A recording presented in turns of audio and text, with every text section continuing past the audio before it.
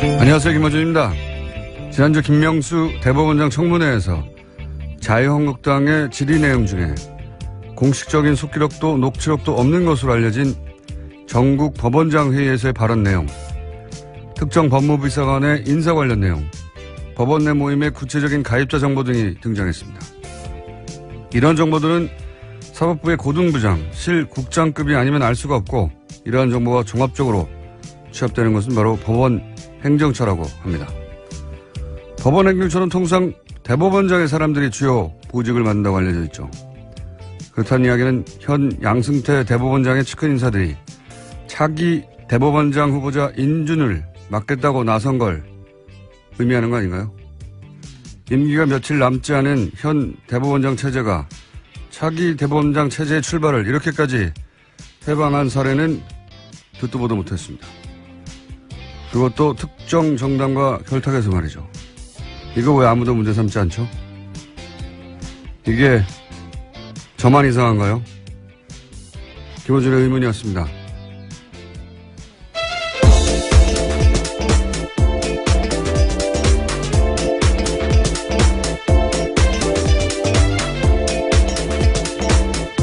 시사인의 김은지입니다. 자, 유엔 총회에서 그런지 관련 뉴스가 많죠. 예. 네, 계속해서 나오고 있는데요. 도널드 트럼프 미국 대통령이 현지 시각으로 19일 유엔 총회 연설했습니다. 미국이 위협받으면 북한을 완전히 파괴하는 선택 외에는 없다라고 강조했는데요. 북한을 타락한 국가로 규정하면서 북한이 전 세계를 위협하는 무모한 핵과 탄도미사일을 추구하고 있다고도 주장했습니다. 또 북한과의 어떤 무역도 불법적 행동이라고 지적을 하고 북한과의 경제관계 단절을 유엔 회원국에 촉구했습니다. 자, 트럼프 대통령이 뭐 이런 말 하는 건 한두 번이 아닌데, 매티스 국방장관도 또 관련해서 비슷한 말을 했죠. 네. 네, 강경 발언을 이어갔습니다. 서울에 큰 피해자를 입히지 않는 대북 군사 옵션이 있다라고 밝혀서 논란이 일고 있는데요. 현지 시각으로 18일에 미국 국방부 출입기자들과의 간담회에서 한 발언입니다. 서울을 중대한 위험에 빠뜨리지 않고도 북한에 취할 수 있는 군사 옵션이 있냐라는 기자들의 질문에 있지만 자세하게 얘기하지는 않겠다라고 말했습니다. 세상에 그런 게 어디 있습니까? 예. 1차 대전이 뭐 처음부터 뭐 탱크로 쐈나요? 예. 총 한 발로 시작된 건데. 자기네 무슨 어벤져스도 아니고. 실제로 미국 내에서 그런 비판이 나왔는데요. 예. MIT 내 핵 비확산 전문가인 비핀 나랑 교수 같은 경우에는요. 허핑턴 포스트에다가 극도로 영웅적인 가정이다라고 비판했습니다. 그런 말 했어요. 예. 이건 무슨 영화에나 나온 얘기입니다. 예. 말도 안 되는 소리인데. 근데 이 목적은 최근에 이렇게, 국방장관과 트럼프 대통령 모두 똑같은 메시지를 내는 것은 기본적으로 대중국 압박이라는 얘기를 뭐 국내에서도 하고 미국에서도 하고 다들 얘기를 합니다만 이 대상이 되는 지역에 살고 있는 우리로서는 굉장히 기분 나쁜 얘기들이죠. 예. 불안감을 조정하고 있기 때문에요. 굉장히 문제가 있는 발언이죠. 그러니까요. 예. 중대한 위협에 빠뜨리지 않고 않는 군사 예비라는 게 세상에 어디 있어요. 예. 총을 한 방만 쏴도 에스컬레이션 되는 것이고 그리고 중대하다는 게 어느 정도 중대한 겁니까? 한 100만 명 죽으면 괜찮고 50만 명 죽으면 그런 건가요? 예. 우리가 거꾸로 이런 발언 좀 해야겠어요. 어디다 대고. 어디다 대고. 예. 진짜 워싱턴에 중대한 위험을 빠뜨리지 않고도 우리가 취할 수 있는 군사 옵션이 있다. 누가 이렇게 얘기해봐요. 가만히 있겠나. 이거 화내야 되는 뉴스예요, 다. 자기들이 뭔데 자꾸 이런. 자, 근데 관련 뉴스가 많아요. 이런 발언들. 뭐 말로 하는 거니까 기본적으로 정치하는 게. 유엔 사무총장도 또 여기에 대해서 한마디 했겠죠, 당연히. 네, 개막 연설에서 발언을 했습니다. 전 세계는 핵전쟁을 우려하고 있다면서 오늘날 핵무기에 대한 걱정은 냉전 종식 이후로 가장 높은 수준이라고 지적하면서요. 그러면서도 정치력이 필요한 시점이다라고 강조하고 있는데요. 험악한 발언들은 자칫 치명적인 오해로 이어질 수 있다면서 최근 도널드 트럼프 미국 대통령과 북한 김정은 위원장 간의 소위 말전쟁을 지적했습니다. 이 말전쟁 지적이야 뭐 전 세계가 다 하고 있는 거고요. 저희도 매번 하고 있는 거고요. 우리나라 언론만 지적을 안 해요.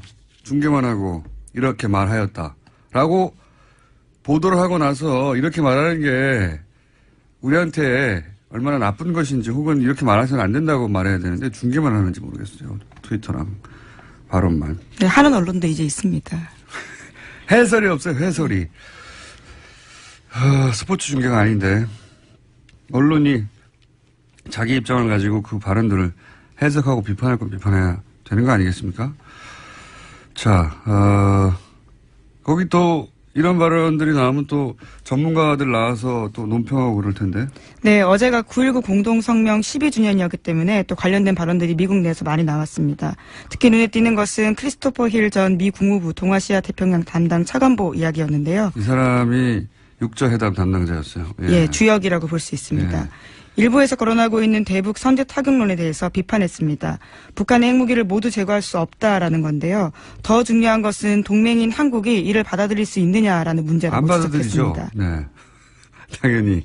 네, 인구 2천만이 있는 수도권에서 북한 방사포 사정권에 있는데 한국이 그 위험을 감수할 수 있느냐가 중요하다면서 어려운 선택이라고 지적한 겁니다. 불가능한 선택이죠. 예. 그리고 크리스토프 힐,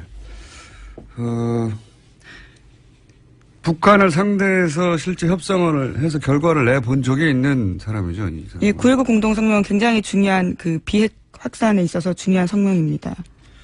그래서 이 사람의 기본 입장은 항상 대화가 협상과 대화로 이 문제를 풀어야 한다는 거고요. 그렇죠? 네, 그렇죠. 그런 말을 했을 텐데. 아닌가요? 네, 어제 핵 관련해가지고도 여러 가지 이야기를 했습니다.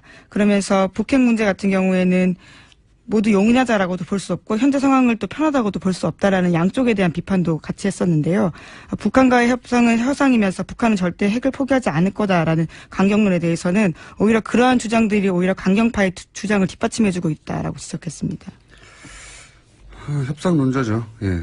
그리고 이 사람이 평소에 이 사람뿐만 아니라 기본적으로 워싱턴의 정치가들이 똑같은 얘기지만 트위터 하지 말라고 하거든요. 예, 네, 그런 이야기도 어제 나왔습니다. 한밤중에 트위터 메시지나 공개된 정상 간의 전화통화로는 부족하다라면서요.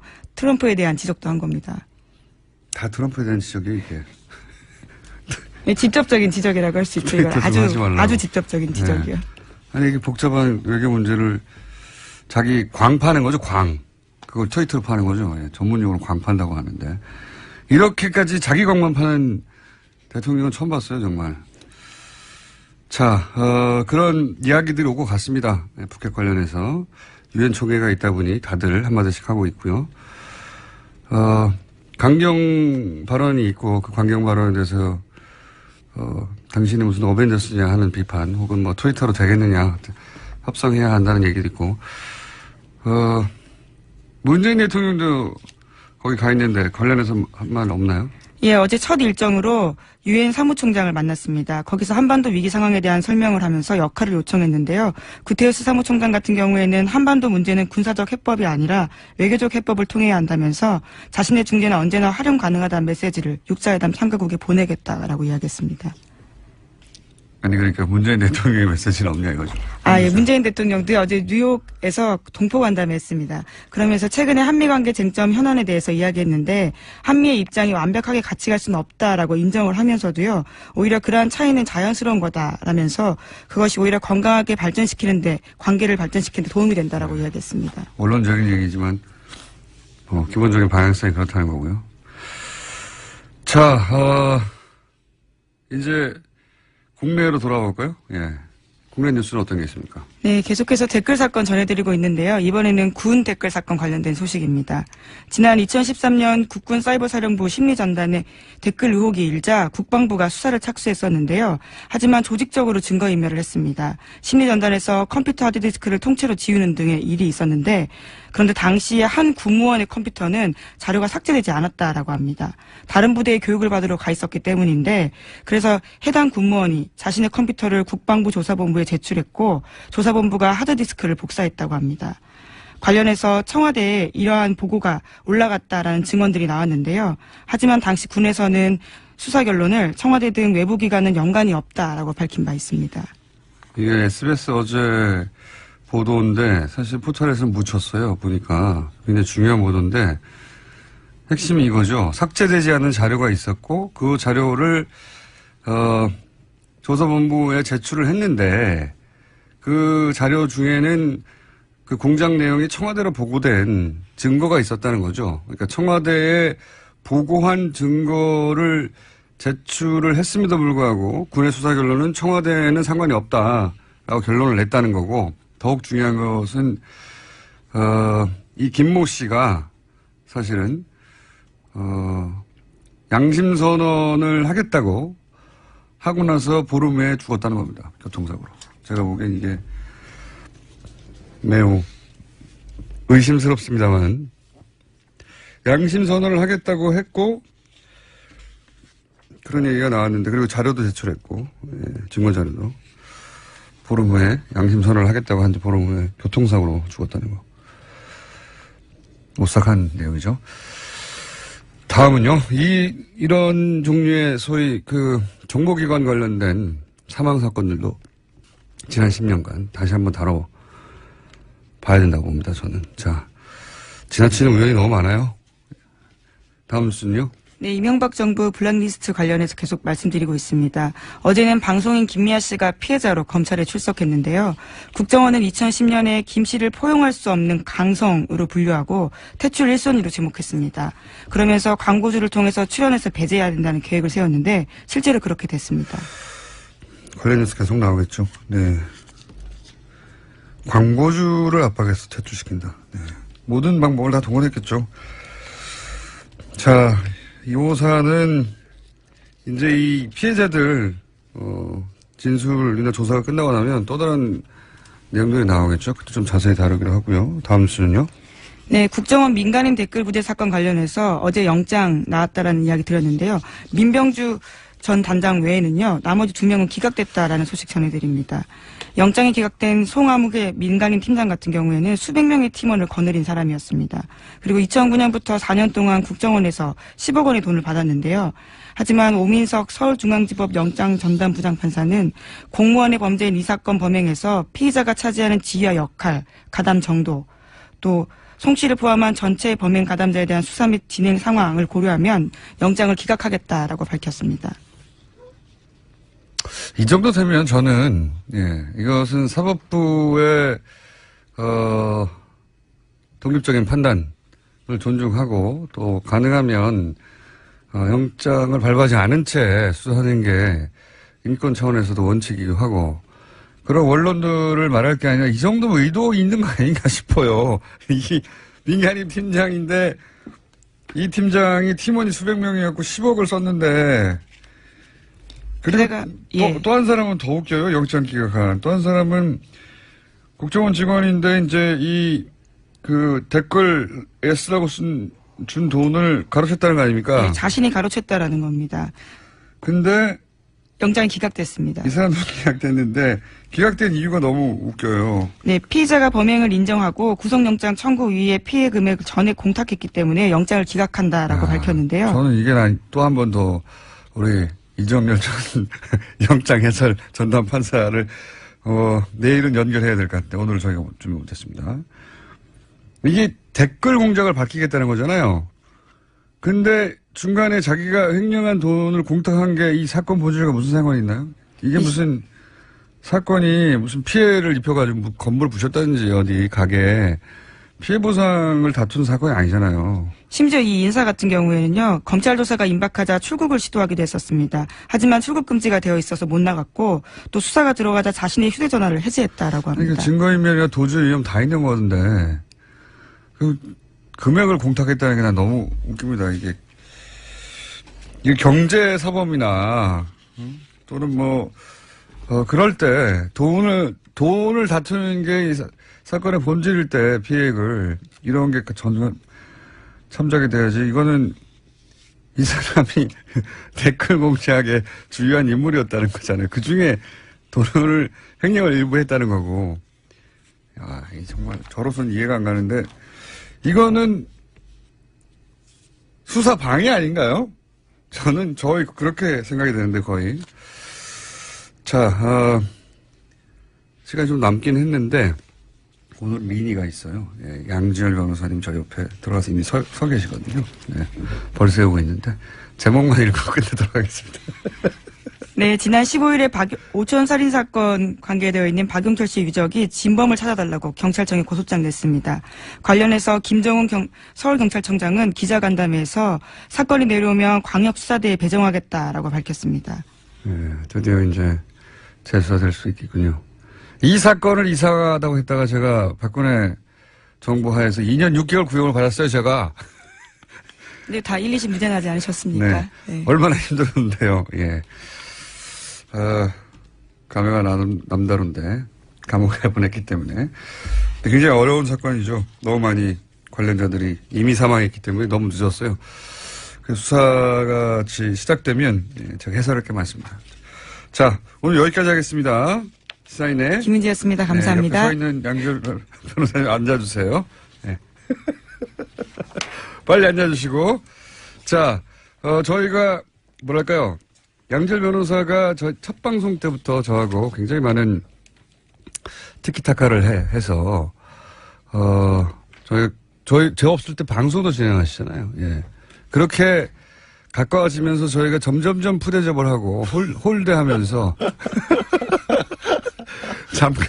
잠깐 나오는 건데 전화가 아니다. 직접 나와라. 막 5분이면 끝날 것을. 그런 거였어요? 네. 그걸 왜 불렀어요? 자, 5분이면 끝납니다. 왜냐면 바로 이어서 저희가 이 사이버 사령부 중요한 분이 밖에 기다리고 계시더라고요. 네네. 네, 잠깐 얘기를 나눴습니다. 네. 국방위 간사분이 나오셨기 때문에 네. 변호사 따위는.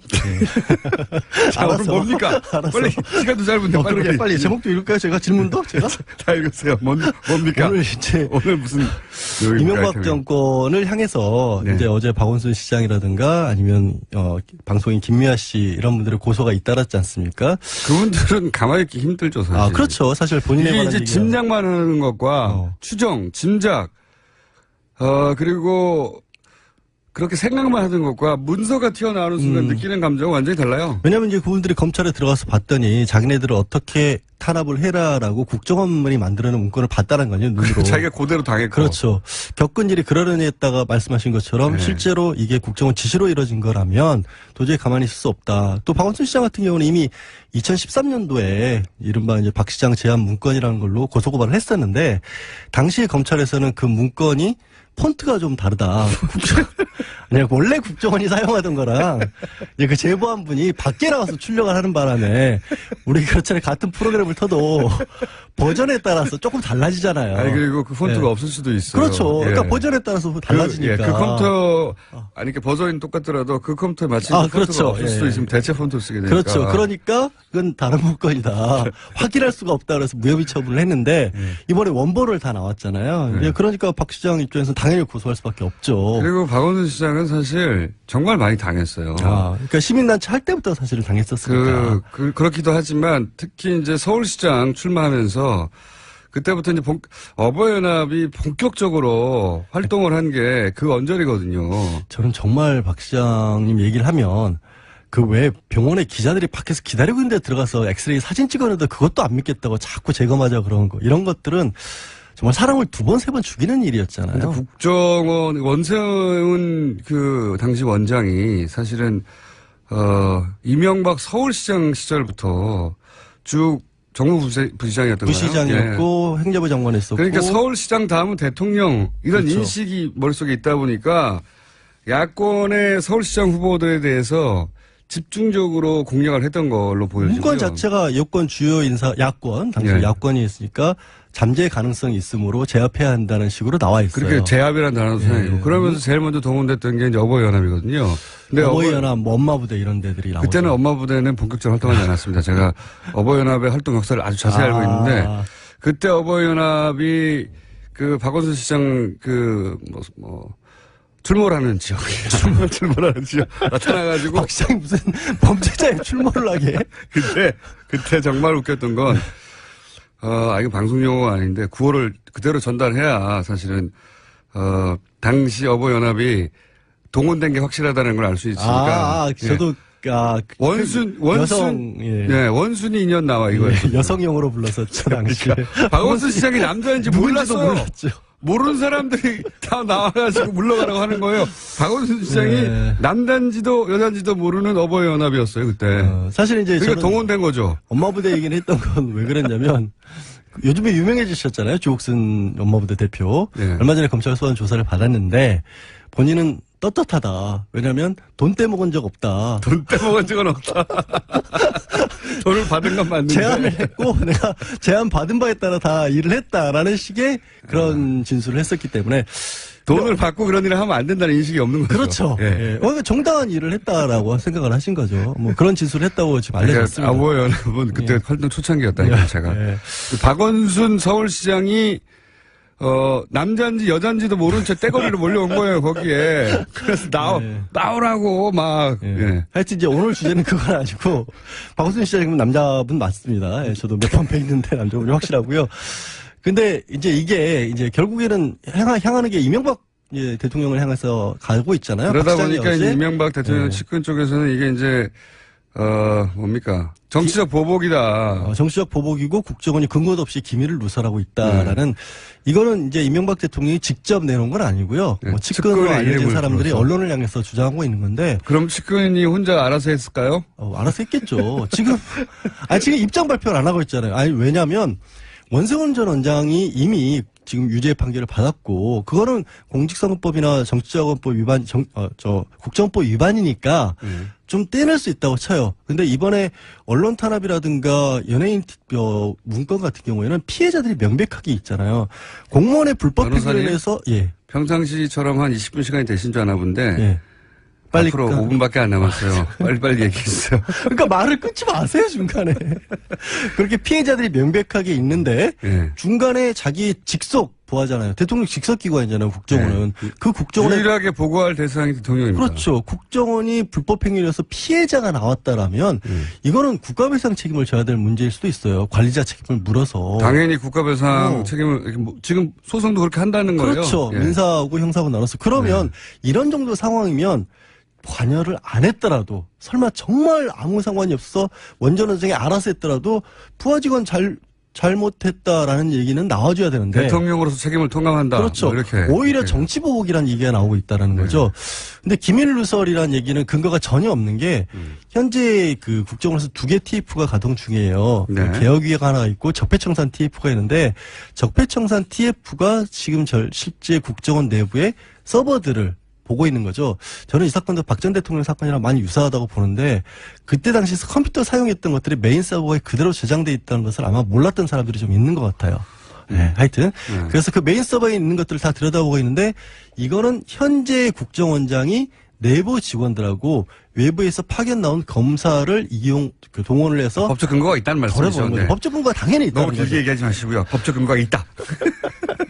그리고 오케이. 정치 보복이냐? 정치 보복이다. 정치 보복이라면 없는 걸 만들어내거나 그렇죠. 있지도 않은 사실을 조작해서 뒤집어 씌울 때 뒤집어 보복은- 씌우거나 아니면 정말 콩알 많은 걸 가지고 정말 매주를 쓸 때 정치 보복이라고 하는데 지금은 있는 사실 그대로 나오고 있는 것 뿐이거든요. 여기에 대해서는 두 가지 다 문서만 가지고 들이대고 있고 피해자들이 나와서 내가 이렇게 피해 당했다고 하는데 그 피해가 고스란히 문서에 써 있는 계획이야. 그렇죠. 계획이 실행된 결과로 그 피해자들이 나도 당했다고 나온 거거든요. 저도 이거 지금 들고 있는 게 그때 당시 KBS 추진방안 문건인데 말들이 정말 웃겨요. 음모 분쇄, 편파 방송 획책, 뭐 고강도 인적 쇄신.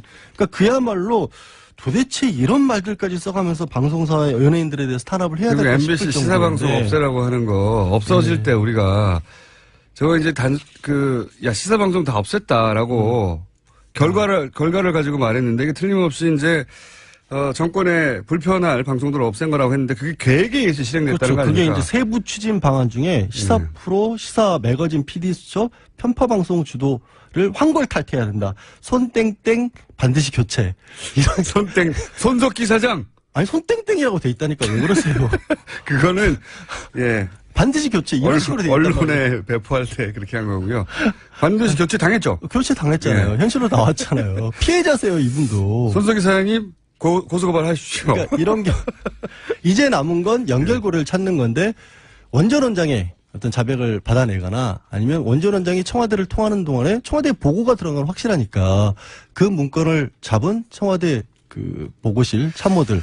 근데 대통령 아마도 독대했을 텐데 독대 시에 문서를 들고 가서 주고 받고 하진 않았을 것 같아요. 아, 근데 가능성이 있는 게요. 그거를 뭐 남기진 않았을 거예요. 근데 이거는 다른 사안이던 지금 김관진 전 국방장관에게 네. 보고했던 문건들 같은 내용들이 김관진 장관에게 남아있진 않은데 누가 가서 내가 김관진 장관에게 보고했다라고 일시하고 문건 내용까지 적은 식으로 그러니까 기억이 나는 김관진 거예요. 국방장관이 대통령에 보고할 문서를 내가 들고 와서 김 장관에게 보고를 했다. 보고했고 그래서 그 문서를 들고 갔다. 네, 뭐 이런 확인했다. 식의. 이런 식의 것들이 나온다라는 거예요. 그 간접적으로. 그런 것들이 좀 쌓인다라고 한다면 늘 얘기하다시피 가리키는 정황 화살표가 너무 많고 뚜렷하다면 피할 수 없을 수도 있죠. 확인해야 되죠. 그러면 지금 양 변호사님의 추정으로 마지막 질문인데요. 네. 이명박 전 대통령이 요 사건 관련해서 소환될 거라고 보십니까? 저는 가능성이 굉장히 높아져 가고 있다. 높아져 가고 예, 있다. 국정원 나왔고 군이 나왔잖아요, 벌써. 일단 근데 이제 그 민사 형사를 이 피해자들이 다 걸었기 때문에 네. 최소한 참고인 조사로라도 받아야 될 상황은 되어 가곤 합니다. 그렇죠. 최소한. 예, 예. 당사자니까 사실은 이제 고소의 당사자죠. 참고인을 불릴지 뭘로 불려올지 모르지 소환 가능성이 좀 높아지는 것 같아요. 근데 명확한 건 좀 찾긴 해야 될 거예요. 그래 어쨌든 국정원 어쨌든 전직 대통령이고 때문에 추정이나 혹은 주장만으로는 소환되지 않을 것 같고요. 좀 더 구체적인 문서가 나와야 소환될 것 같은데 이제 가시죠. 갈게요. 지금까지 몸과 마음이 순수한 양지열 변호사였습니다. 이것도 제가 합니다, 이제. 다음 주에 뵙겠습니다. 이명박 정권 시절 사이버 사령부 댓글 조작 사건. 이 사건에 당시 국방부 장관이 직접 개입했다. 이런 주장이 나왔습니다. 국회 국방위 더불어민주당 간사 이철희 의원 직접 나오셨습니다. 안녕하십니까. 안녕하십니까. 여기가 일종의 친정 아닙니까? 그렇죠. 맞습니다. 예. 예, 여기서 방송을 직접 하셨고. 네. 그때가 좋으세요? 국회의원이 좋으세요? 그때가 좋았죠. 아시잖아요. 그래, 마음대로 살 수 있으니까. 자, 그리고 사실 그때는 매일매일 언론에 노출되는데 지금은 이런 일이 있어야 언론에 노출되죠. 그렇죠. 네. 경쟁이 치열하죠. 잊혀지고 있습니다. 자, 저희 방송에 나오시기로 해놓고 JTBC에서 연락 오니까 바로 먼저 나가셨더라고요. 네. 배신. 아니, 꼭 그렇지는 않습니다. 꼭 그렇지가 않아요. 어젯밤에 나오셨는데. 제게는 김호준 총수도 소중하지만 손석희 사장도 소중합니다. 아니, 그러니까 우리랑 먼저 하기로 했어요. 우리를 나오고 나서 거기 나가셔야 되는데. 제가 TV잖아요. 제가 손석희 사장이라서 내가 인정하는 바입니다. 하지만 다음부터는 저희를 먼저 나왔어요. 꼭 먼저 뺏어가. 손석희 사장님 그러지 마세요. 섭외만 해놓으면 먼저. 자, 사이버 사령부의 댓글 공작이야 이미 오래전부터 알려진 기정사실인데 여기에 국방부 장관이 개입한 정황이 확실히 나왔다. 네. 네, 어떻게 확인한 겁니까? 사이버 작전 지침이라는 문건이 있어요. 지침? 네. 그게 이제 비밀로 분류되어 있는 문건인데 거기에 김관진 장관이 사인을 한 게 있습니다. 이게 김관진 장관이 도장도 아니고 사인을 했습니다. 자기 이름을 직접? 썼는데 처음에 이게 불거졌을 때 지난 정권에서는 장관한테까지 당시 국방장관이었던 보고가 안 됐다 이렇게 사이버 사령부 끊었죠. 단장에서 끝났죠. 그렇죠. 네. 그래서 이게 머리 자르기라고 그러지만 머리 자르기로 끝났는데 예. 아무리 봐도 그건 상식적으로 이해가 안 되는 거거든요. 장관 모르게 뭘 할 수 있다는 국방부가 불가능합니다. 그래서 그 증거를 찾기 위해서 백방으로 노력했는데 그 문건이 이제 확인이 된 거죠.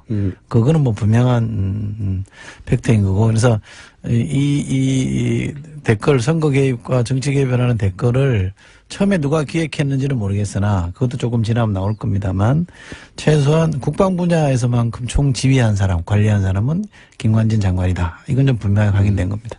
본인이 알고 있었다 게다가. 그럼요. 보고도 수시로 받았습니다. 이게 이제 국방부가 그렇다고 청와대 몰래 네. 이걸 했다는 것도 상상할 수가 없는 일입니까? 이게. 그것도 불가능하고요. 네. 거기 보면 사이버 사령부에서 군에 가보신 분들은 아시겠습니다만 일일 상황일지 같은 걸 쓰잖아요. 네네. 그 상황일지에 보면 청와대 BH라고 표현했습니다. 블루하우스라고 흔히 우리 쓰잖아요. 네. BH 보고라는 문구가 여러 군데 나옵니다. 그 보고가 일지에. 됐다는 얘기죠. 보고된 거죠. 예. 그리고 그 전에도 제가 아직 확인 중에 있습니다만 청와대 주재로 회의를 했다라는 얘기도 있거든요. 그것만 좀 이렇게 문서로만 확인되면 그것도 분명히 얘기할 청와대까지 수 간 거는 있습니다. 분명하고 그러니까. 그렇죠. 예. 그러면 그것이 이제 이명박 전 대통령에게도 보고가 됐느냐 하는 건 또 한 번 단계를 넘어서야 되는 그렇죠. 거잖아요. 예. 거기까지는 아직 못 가신 거고. 그렇죠. 그러니까 김관진 당시 국방부 장관이 알고 있었고 그리고 청와대에 보고했다까지는 확인된 거네요. 그렇죠. 예. 그럼 김관진 전 국방부 장관이 사이버 사령부 댓글 공작 관련해서는 조만간 소환되거나 법적 책임을 물 대상이 되겠네요. 그건 저는 불가피하다고 봅니다. 지금 국방부 내에서도 재수사를 하고 있기 때문에 그 당시 축소 은폐 수사를 했거든요. 그렇죠. 상당히 축소를 했고요. 많이 보고 덮었거든요. 없었다. 그렇죠. 네. 그걸 다시 꺼내서 지금 하고 있기 때문에 그러면 당시 국방장관이었던 김관진 전 안보실장에 대한 수사는 좀 불가피할 거라고 봅니다. 김관진 전 국방장관이 요즘 인기가 많아요. 뉴스에 너무 많이 등장하는데. 이분이 예. 2010년 후반 12월쯤인가요? 10월인가 12월쯤 장관이 됐기 때문에 네. 그리고 박근혜 정부 임기 끝까지 있었잖아요. 그러니까요. 그러니까 국방 분야 총괄한 지가 거의 한 7년 정도를 했단 말이에요. 국방장관 그리고 안보실장도 그렇죠. 하고 그 안보 라인을 사실 말씀하신 대로 한 7년 정도 좀 책임졌지 않습니까? 그러니까 약실고 6, 7년을 했기 때문에 이른바 손때가 다 묻어 있고요. 거지 자지우지 했다고 보시면 됩니다. 그 과정에서 묻혀있던 것들이 이제 속속 나오는 거고 그 책임의 상당 부분은 김관진 장관이 져야죠. 보통 그 다음 정부에서 전 정부 인사를 고스란히 쓰지는 않는데 김관진 전 장관의 경우에는 사실은 뭐랄까요? 승진했어요, 승진. 딱 그런 표현이 네. 정확하게 맞지는 않지만 뭐 이게 장관을 하다가 안보실장을 했으니까요. 예. 더 중요한. 근데 박근혜 정부에서도 그럼 김관진 전 장관이 기여한 바를 인정한 거라고 봐야 되는 거 아닙니까? 그런 점을 고려했겠죠. 처음에는 사실은 김병관이라고 기억하실지 모르겠습니다. 낙마했습니다. 낙마했죠. 청문회에서. 예. 그분을 장관 후보자로 내세웠다가 인사청문회 통과를 못하니까 할 수 없이 유임시키는 네. 그런 형식을 거치긴 했습니다만 김관진 장관이 기여를 했다는 것에 대해서는 뭐 알고 있었을 거라고 저는 짐작합니다.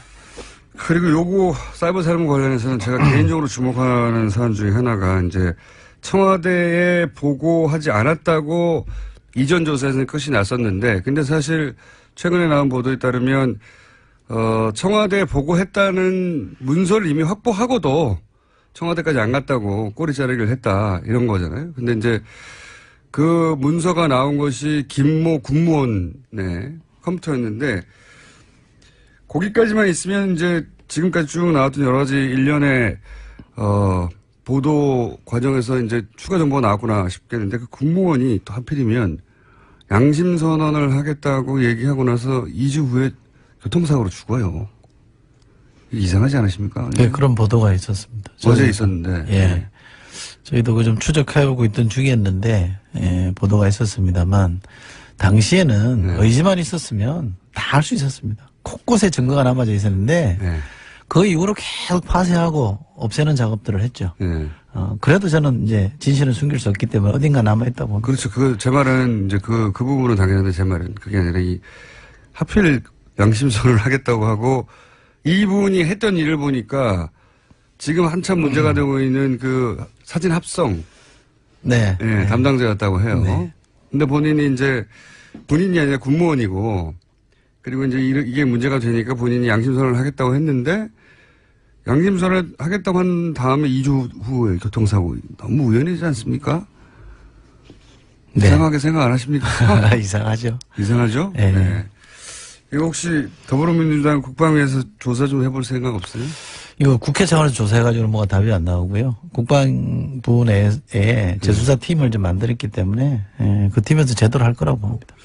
이상하다고 생각을 하시죠? 네네. 이상하다고 생각하시는지를 제가 확인한 거예요.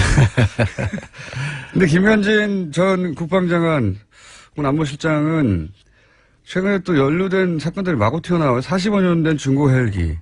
이게 어떻게 된 겁니까? 전후가 한마디로 요약하면 이게 그러니까 45년 된 우리 헌이 헬기, 예. 우리 헌이 이제 군에서는 치누크라는 표현을 씁니다. 치누크 헬기라는 표현을 쓰는데, CH 뭐든가요? 네, 그 치누크 헬기라는 표현을 쓰는데 이게 이제 D형이 있고 F형이 있습니다. 예. 그러니까 뭐 순서로 봐도 F형이 신형이죠. 예. 미군이 쓰던 D형을 미군 스스로가 F형으로 바꾸려고 합니다. 예. D형이 이제 도태시킬 네. 때가 된 거죠. 퇴역시키는 거죠. 예. 네, 돼서 이제 F형으로 바꾸기로 하고, 그러면 이게 쓰다 남은 거를 한국 정부 보고 사라 그런 거죠. 예. 이거 좀 사라라고 폐차 직전에 사라는 거 아니에요? 그렇죠. 자동차로 치면. 편지를 보냅니다. 예. 장관이 당시 국방장관 기관이 덥석 그걸 받습니다. 아니, 군 전문가 그거 모를 리가 없는데요. 그걸 받아서 그냥 일사천리로 예. 아침 조찬 회의를 통해서 각 군별로 지시를 합니다. 너거는 뭐하고 너거는 뭐하고 너거는 뭐해서 빨리빨리 진행을 해라. 이렇게 해서 일사천리로 쭉 진행이 된 건데 예. 그러다 보니까 장관 뜻이 워낙 분명하니까 군의 사업이라는 건 타당성 조사라는 걸 하거든요. 그렇죠. 이게 도입해서 되는지 안 되는지 조사를 하는데 그거를 장관이 내린 결론에 꽤 맞추는 거예요. 사라고 했으니까. 그러니까 이미 예. 결론은 나 있는 거죠. 사라고 했으니까 사야만 한 이유를 만들어내는 그렇죠. 거 나중에. 근데 그걸 들여다보면 근거가 없어요.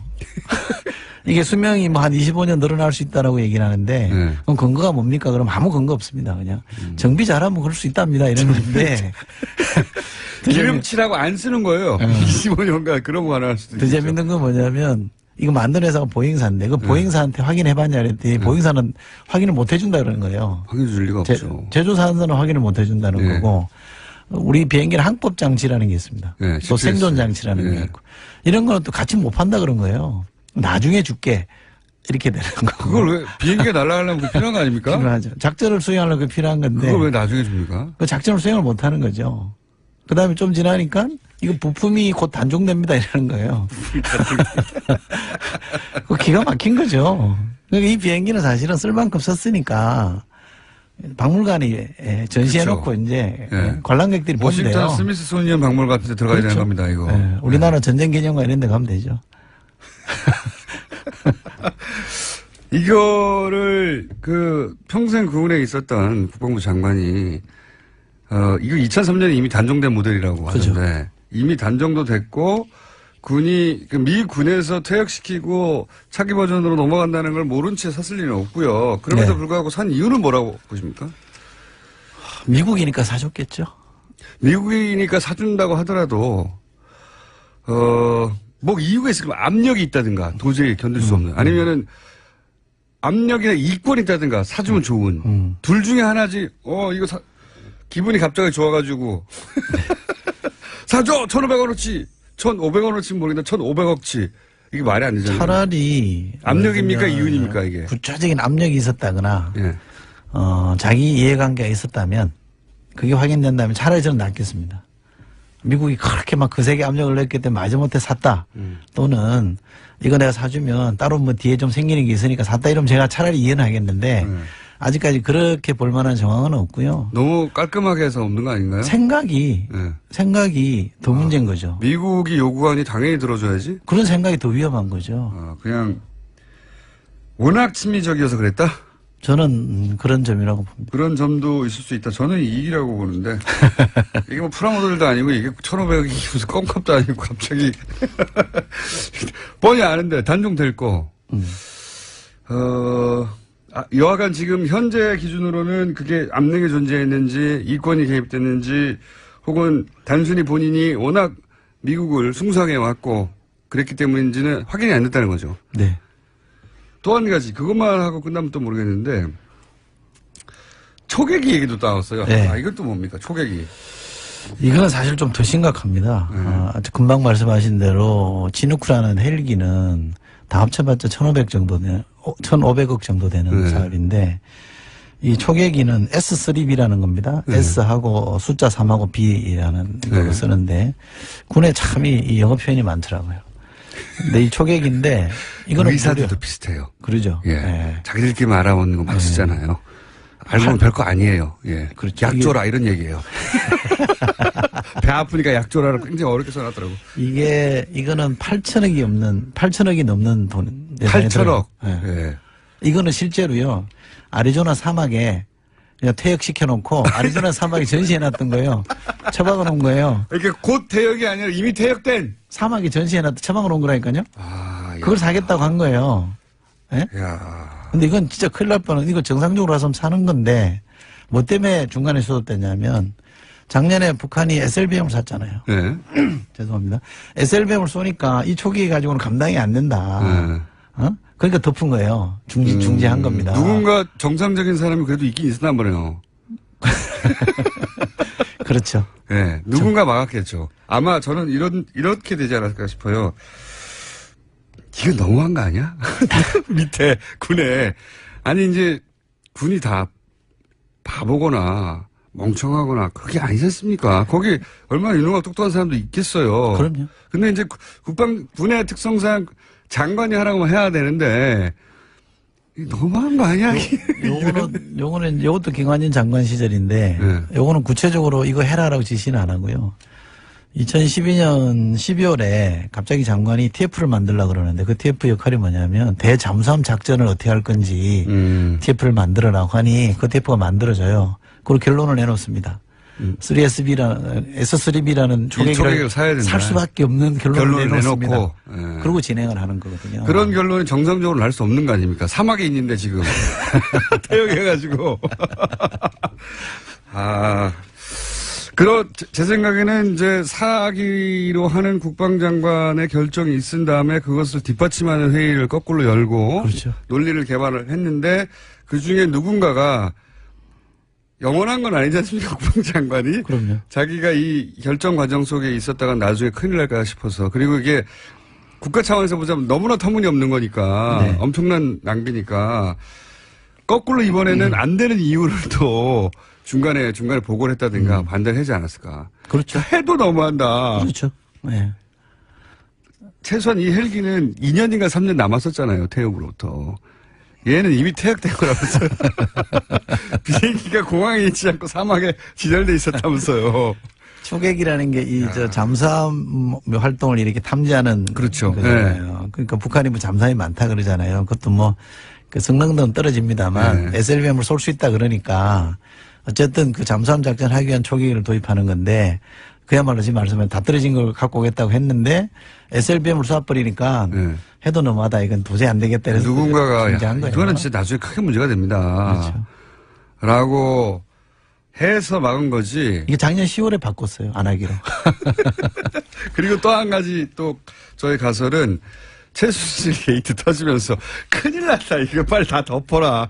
이렇게 된 게 아니고. 그렇게 얘기할 수 있죠. 왜냐하면 예. 이 초계기는 로키드 마틴 마틴이죠. 거거든요. 그때 당시 로키드 마틴 얘기가 엄청 나왔지 않습니까? 그러니까 한간에 이제 김관진 전 장관과 로키드 마틴이 뭐 가깝다 이런 특수관계다. 소문들이 많아서 예. 마침 초계기가 로키드 마틴 거고 규모도 한 8천억 정도 되니까 그런 의심들을 할 수밖에 없는 거죠. 발을 뺐다 갑자기 이렇게 생각 둘 중에 하나가 아니면 두 개가 합쳐졌든가. 작년 10월이면 이제 누가 통제할 수 없는 상황이었죠. 그러니까요. 네. 예. 이미 그러면서 탄핵 절차에 들어가 있으니까.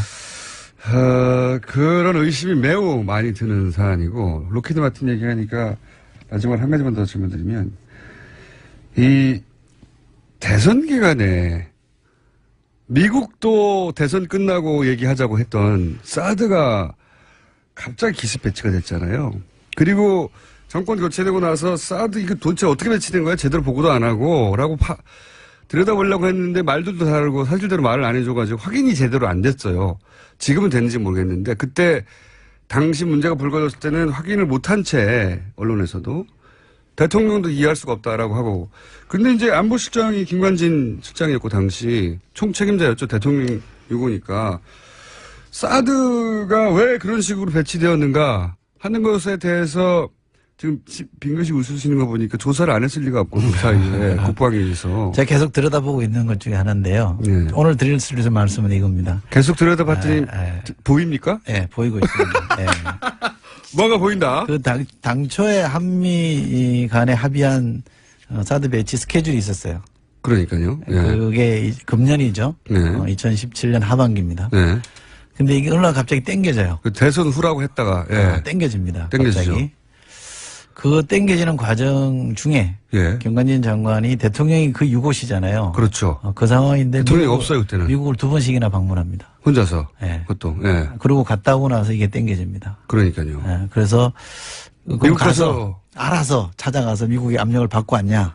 아니면 압력을 있는 곳을 향해 날아갔다가 왔느냐? 받고 왔냐? 아니면 스스로 가서 예. 그 형식을 빌어서 미국을 설득해서 빨리 하겠다라고 한 거냐? 아니면 미국이 오라고 거기서 보자고 해서 가서 만나서 간 저는 거냐? 지금까지 저의 잠정적인 결론은 후자입니다. 우리 정부가 당겼다고 저는 봅니다. 지난 정부죠. 그러니까 김관진 안보실장을 추구하는 안보라인이 대통령 6호 시에 사드를 다음 정권에서 사실은 올해 말에 하기로 돼 있었는데 이걸 알박기라 그러죠.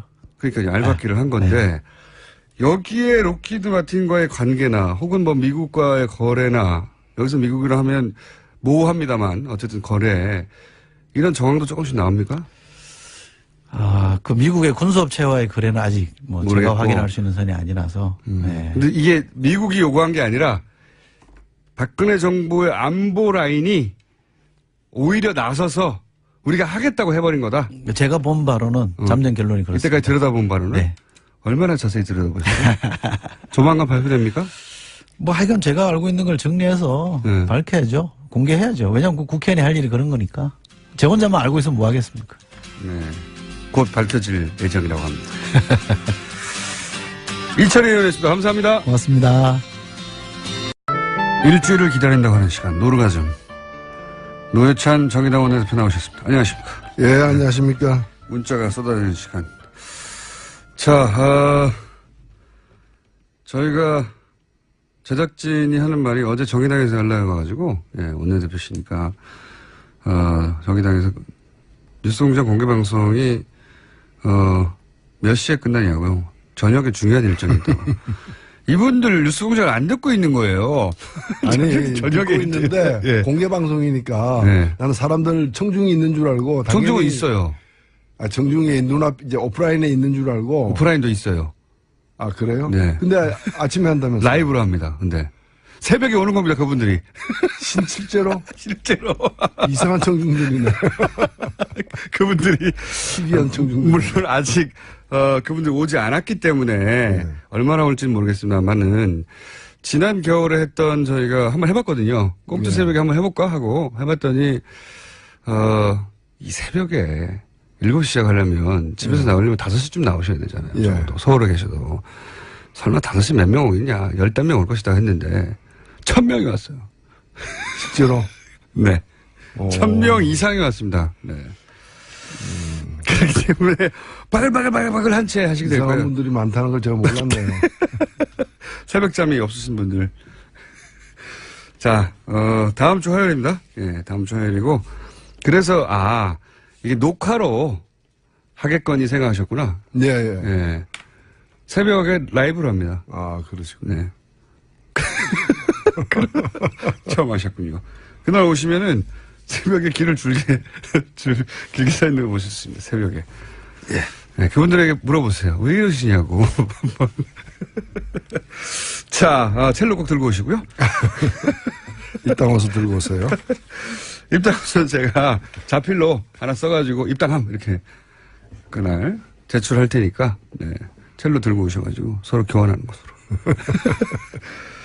자, 많습니다. 또 오늘 일주일 사이에 또 많은 사건이 쌓였어요. 우선 내일 바로 김명수 대법원장 후보자 인준 처리하는 날인데 지금 자유한국당과 바른정당은 이미 뭐 부결 의견을 당론으로 정했기 때문에 남은 것은 그리고 민주당하고 정의당은 통과시키는 것으로 정했으니까 남은 것은 국민의당입니다. 근데 이 정도 사안 되면은 국민의당 입장을 정해야 되는데 자율투표에 맡긴다고 하고 있어요. 이거 어떻게 생각하십니까? 예, 저는 굉장히 비겁한 행위라고 생각됩니다. 이 중요한 문제에 대해서 찬성하든 반대라든 명확하게 자기 뜻을 갖다가 이렇게 밝히는 게 더 필요한데 지금 말은 자율투표라고 하지만 당론이 없다고 하지만은 부결돼서는 좋겠다라는 그런 사인이나 다름없거든요. 왜냐하면 뭐 저도 원내대표를 맡고 있습니다만 이 사안이 부결되면 결코 안 되겠다 싶으면은 이건 당론으로다가 그렇죠. 찬성이다라고 이렇게 하는 거죠. 설득을 하고. 예, 설득도 해야 되는 것이고. 그냥 내버려둔다는 얘기는 만에 하나 부결돼도 좋다고, 예. 만에 하나가 이제 가급적이면 부결됐으면 가급적이면. 좋겠다라는, 예. 예. 다만 그러면 왜 부결을 당론으로 안 하느냐. 부결에 대한 책임은 지고 싶지 않다는 거죠. 그렇죠. 예. 예. 부결시키고 싶은데 그 책임은 지고 싶지 않으니까 자율투표라고 하는 거 아닙니까? 가급적인 게 부결되는 상황을 가급적 만들고 싶다. 다만 부결의 책임은 지고 싶지 않다. 지난번에도 부결됐을 때도 보면은 네. 한편으로는 힘을 과시했다고 얘기해놓고 또 다른 한편으로는 역풍이 보니까. 반란표는 민주당 안에서 나왔을 것이다. 이런 네. 식으로 이제 책임을 전가하지 않았습니까? 그게 원래 이 자율이라는 게 자율신경이라는 거는 무의식적으로 작동하는 신경들, 예. 호흡이라거나 가만히 있어도 되는 예. 이게 자율이거든요. 그러니까 그냥 의식 없이 무의식 상태로 투표하겠다. 정신 없는 분들이죠. 없는 분들이죠. 아니, 이게 사법부 수장인 거 지금, 헌재 수장도 공석이기 때문에, 이 정도 되는 인사면 당의 당론이 있는 게 맞는 거죠. 찬성해서, 거기 정치적 책임을 지든 반대해서 정치적 책임을 지든 책임을 져야 되는데, 지금 우리 사법부가 단순히 임기가 이제 다 가득 찬 대법원장이 물러나고 새 사람이 필요한 그런 수준이 아니고 사법부에 대한 신뢰도가 OECD 회원국 중에서 제일 낮습니다. 우리가. 예. 바닥이고요. 그다음에 법관들에게 여론조사를 갖다 한 결과를 보면은 법관들이 대법원 그 수뇌부를 갖다가 신뢰하지 않아요. 예, 눈치 보고. 여기 사법부 자체가 지금 중증 환자예요. 예. 그렇다면 이게 비상한 대책이 필요한 상황인데 다행히도 그 대통령이 처음 이렇게 생각했던 사람은 아니지만 몇 사람이 추천된 사람이 고사하면서 세 번째, 네 번째로 이렇게 지금 지명이 된 사람인데 오히려 이제까지 거론되던 분들보다 더 적임자다. 예. 그동안에 그 사법부에 대한 개혁에 대한 의지가 실천적으로도 검증된 분이거든요. 예, 그리고 대법관 하지 않았다는 거는 이번에는 좋은 경력이라고 봅니다. 과거의 관행에 물들지 않았다는 점에서요. 그리고 이제까지 30년을 재판한 사람인데 단 한 건도 편향된 판결이라고 지목된 적이 없는 사람이에요. 네. 그 법원 내에서는 굉장히 존경받고 존중받는 분이거든요. 그래서 저는 그 문재인 정부가 운이 좋다고 봐요. 어떻게 이런 사람을 구했는가 싶을 정도로. 그게 싫은 거죠. 그러니까 지금 사법부 망가진 사법부를 갖다가 바로 고칠 수 있는 의사가 한 명 힘들게 구해졌는데 예. 그 의사 나는 마음에 안 든다. 왜 마음에 안 드냐. 그건 당신이 지명했으니까 마음에 안 든다. 이 얘기 아니에요. 그거 하나밖에 없죠. 그거밖에 네. 없는 거죠. 결정적 하자는 없다. 하자는 없는 것으로 보인다라고도 말해요. 그런데 문재인 정부가 지명했고, 그리고 그 이전에 보수정당이 마음에 들어했던 양승태 대제하고는 반대로 갈 것 같으니까 싫어하는 거겠죠. 그러니까 너 잘 되는 거 싫어 이 얘기죠. 근데 그게 커져가지고 대한민국 잘 되는 거 싫어 지금 일까지 온 거죠. 자, 그런데 이제 이 김명수 대법원장 후보자 인준을 막고 낙마시키려고 하는 시도가 사실은 청문회에서 있었고 그 청문회에 등장한 정보들을 보면 예를 들어서 전국 법원장 회의에서 발언 내용, 뭐 특정 인사 정보, 법원 모임 정보 이런 것들은 법원 제가 여러 군데 물어보니까 이건 법원 행정처에 기본적으로 취합되는 정보라고 그렇게 생각해보면 법원 행정처가 현재 법원 행정처가 며칠 남지도 않았는데 양승태 체제가 다음 대법원장 후보자의 인준에 방해가 되는 정보를 자유한국당에 줬다 이렇게 추정할 수 있는 내용 아닙니까? 이러면 정말 전례가 없는 거 아닙니까? 현 대법원장 체제가. 저도 상당히 의아하게 생각하는 것이 그때 나온 여러 가지 정보들. 네. 법원 행정 전반을 들여다볼 수 있는 소수의 사람만이 알 수 네. 있는 정보이기 때문에 네. 그냥 뭐 지방에 있는 어떤 법원장 이런 사람들이 알 수 있는 게 아니거든요. 그러니까요. 그래서 그것이 왜 어떻게 나왔는가에 대해서는 저는 조사가 필요한 대목이라고 봅니다. 지금 조사하다가 덮어버린 그 사법부 블랙리스트. 네네. 판사들에 대한 블랙리스트가 지금 그 컴퓨터 안에 들어가 있는데도 그 컴퓨터가 업무용으로 쓰고 있다는 이유로다가 말도 안 되는 거죠. 대법원의 컴퓨터가 한 대입니까? 업무용 필요하다면 내 것도 빌려줄 수 있어요. 근데 그걸 다른 판사가 업무용을 쓰고 있다는 이유로다가 열어볼 수 없다는 거예요. 네, 말도 안 되는 거지. 이런 것들이 재조사가 돼야 되는데 그 과정에서 지금 이런 이제 어찌 보면 이제 내부 정보죠. 그렇죠. 대법원장은 그 국민으로부터 권한을 위임받은 국회에서 청문회를 거쳐가지고 적절한 또 국회 표결을 거쳐가지고 이렇게 임명이 되는 자리인데 여기에다가 이상한 정보를 갖다가 역정보나 이런 걸 갖다가 흘리는 그 어떤 배경이 무엇인지 또 누가 있는지 이거는 반드시 밝혀내야 된다고 봅니다. 그런데 그 배경이 이런 추정과 정황 혹은 뭐 추측처럼 실제로 현 대법원장 하에 사람들이 그 정보를 줬다면 이거는 듣도 보도 못한 일입니다. 임기가 며칠 남지 않은 현 대법원장 체제가 다음 대법원장 체제를 사보타지한다는 거 아닙니까? 그렇게 해석될 수 있는 일이잖아요, 이게. 그 MB의 국정원이 그 대통령 선거에 자신들이 싫어하는 사람이 대통령이 되지 않도록 작업하는 거하고 똑같은 거죠. 똑같은 거죠. 예. 저는 그래서 이게 굉장히 큰 문제라고 생각하거든요. 예, 대단히 큰 문제죠. 그래서 말씀하신 대로 밝혀봐야 될 사안이라고 생각이 들고, 인준 전망은 어떻게 보십니까? 이거 지금 아슬아슬합니다, 사실은. 아슬아슬하고 저는 정말 이 자리를 빌어서 국민의당에 호소하고 싶어요. 이 문제는 당리당략으로 볼 문제가 아니에요. 대한민국이 어디로 가느냐의 문제하고 똑같은 거고 우리나라 지금 사법부의 어떤 문제는 심각하게 짝이 없거든요. 이걸 고칠 수 있는 어떤 기회를 갖다가 망가뜨려가지고 도대체 누구와 득을 보느냐라는 거죠. 국민의당이 득 볼 것 같지 않은데요, 저는 아무리 봐도. 만약에 인준이 안 됐어요. 네. 후보자. 그러면 이제 처음부터 다시 심하고 다시 해야 되는 거 아닙니까? 이 경우에는. 그렇죠? 그렇죠. 예. 꼭 필요한, 국회 인준이 꼭 필요한 인사니까. 그러면 이제 다른 분을 해야 하는데, 김명수 대법원장 후보자가 그렇게 해서, 낙마하게 되고 다른 사람이 오게 되고 그게 국민의당에 과연 좋은 일인가 아무리 생각해도 아닌 것 같아요. 대법원 자체도 문제인데 대법원장을 새롭게 세우려는 것도 말도 안 되는 이유로다가 좌절하게 된다면은 그 좌절감과 상처는 뭐 전국의 법관은 물론이고 많은 국민들에게도 주어지는 것이고 있을 수 없는 일이 발생하는 거죠. 자, 내일 또 결과가 나오겠죠. 네, 이 결과 뭐 국민의당 내부에서도 반반이라고 그렇게들 표현하고 있던데 어떻게 될지 두고 봐야 되겠습니다. 그리고 또 법사에 계시니까 또 연결해서 공수처 자유한국당 엄청나게 반대하고 있습니다. 자기들을 사찰할 거라고. 정확한 얘기죠, 뭐. 정확하니. 아니.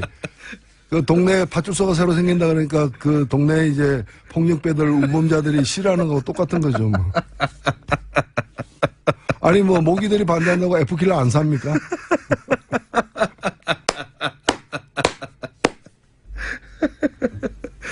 예. 말로 디스하는 것은 제가 보기에는 단연의 경지에 오르셨기 때문에 모기들이 반대한다고 F킬러를 안 삽니까?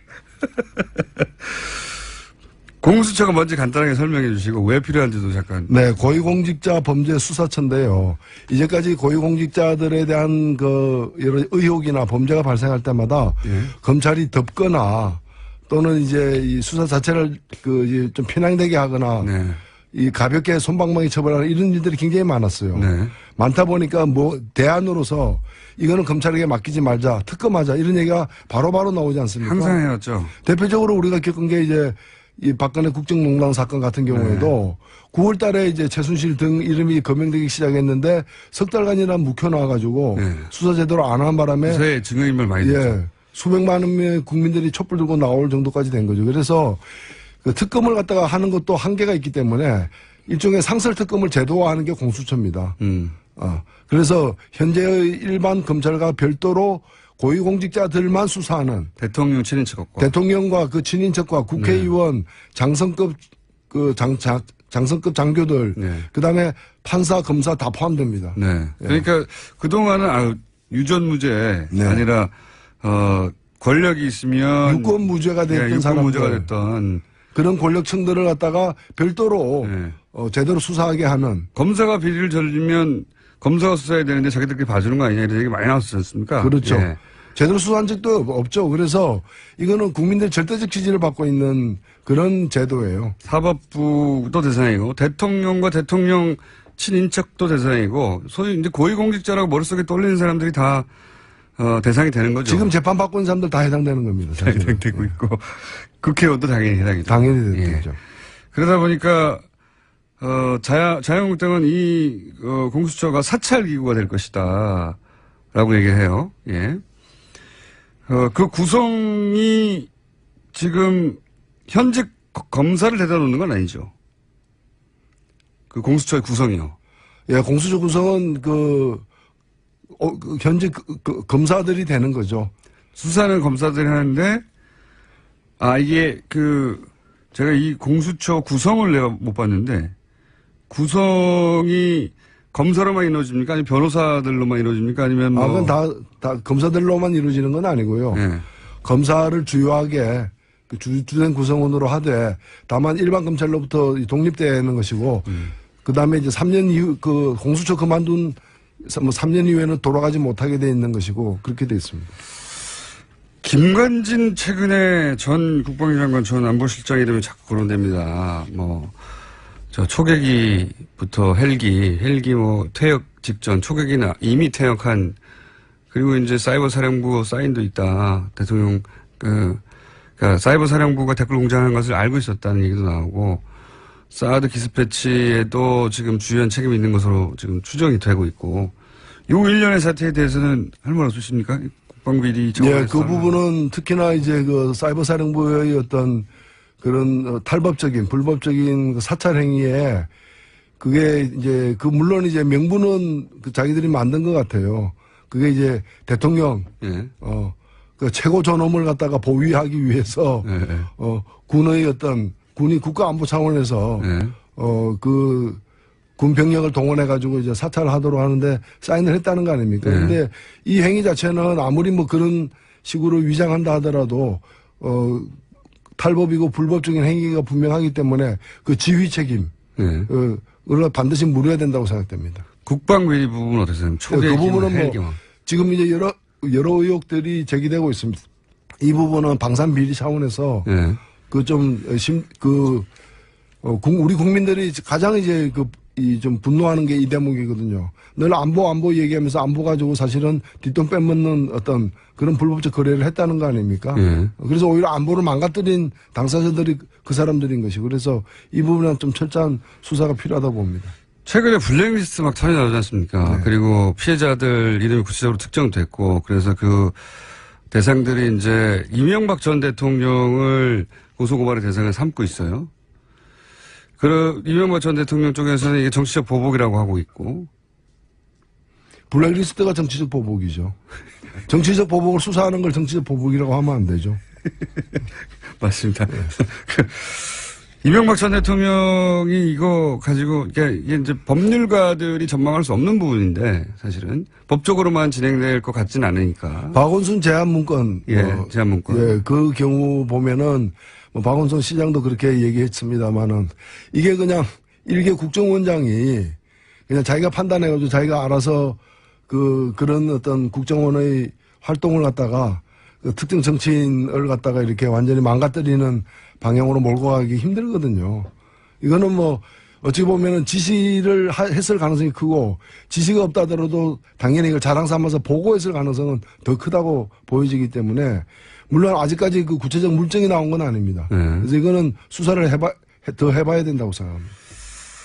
그래서 이명박 전 대통령이 소환될 가능성이 있다고 보십니까? 저는 소환되어야 한다고 보고요. 되어야 한다. 제대로 수사를 하려면은 일단 출국 금지부터 시키고 소환해야죠. 대통령은 홀로 가지 않는다. 홀로 가지 않는다. 한국 정치의 징크스 같은 건데 그 전에도 한 명이 구속되고 또 한 명이 구속됐잖아요. 전두환 노태우. 홀로 가지 않는다.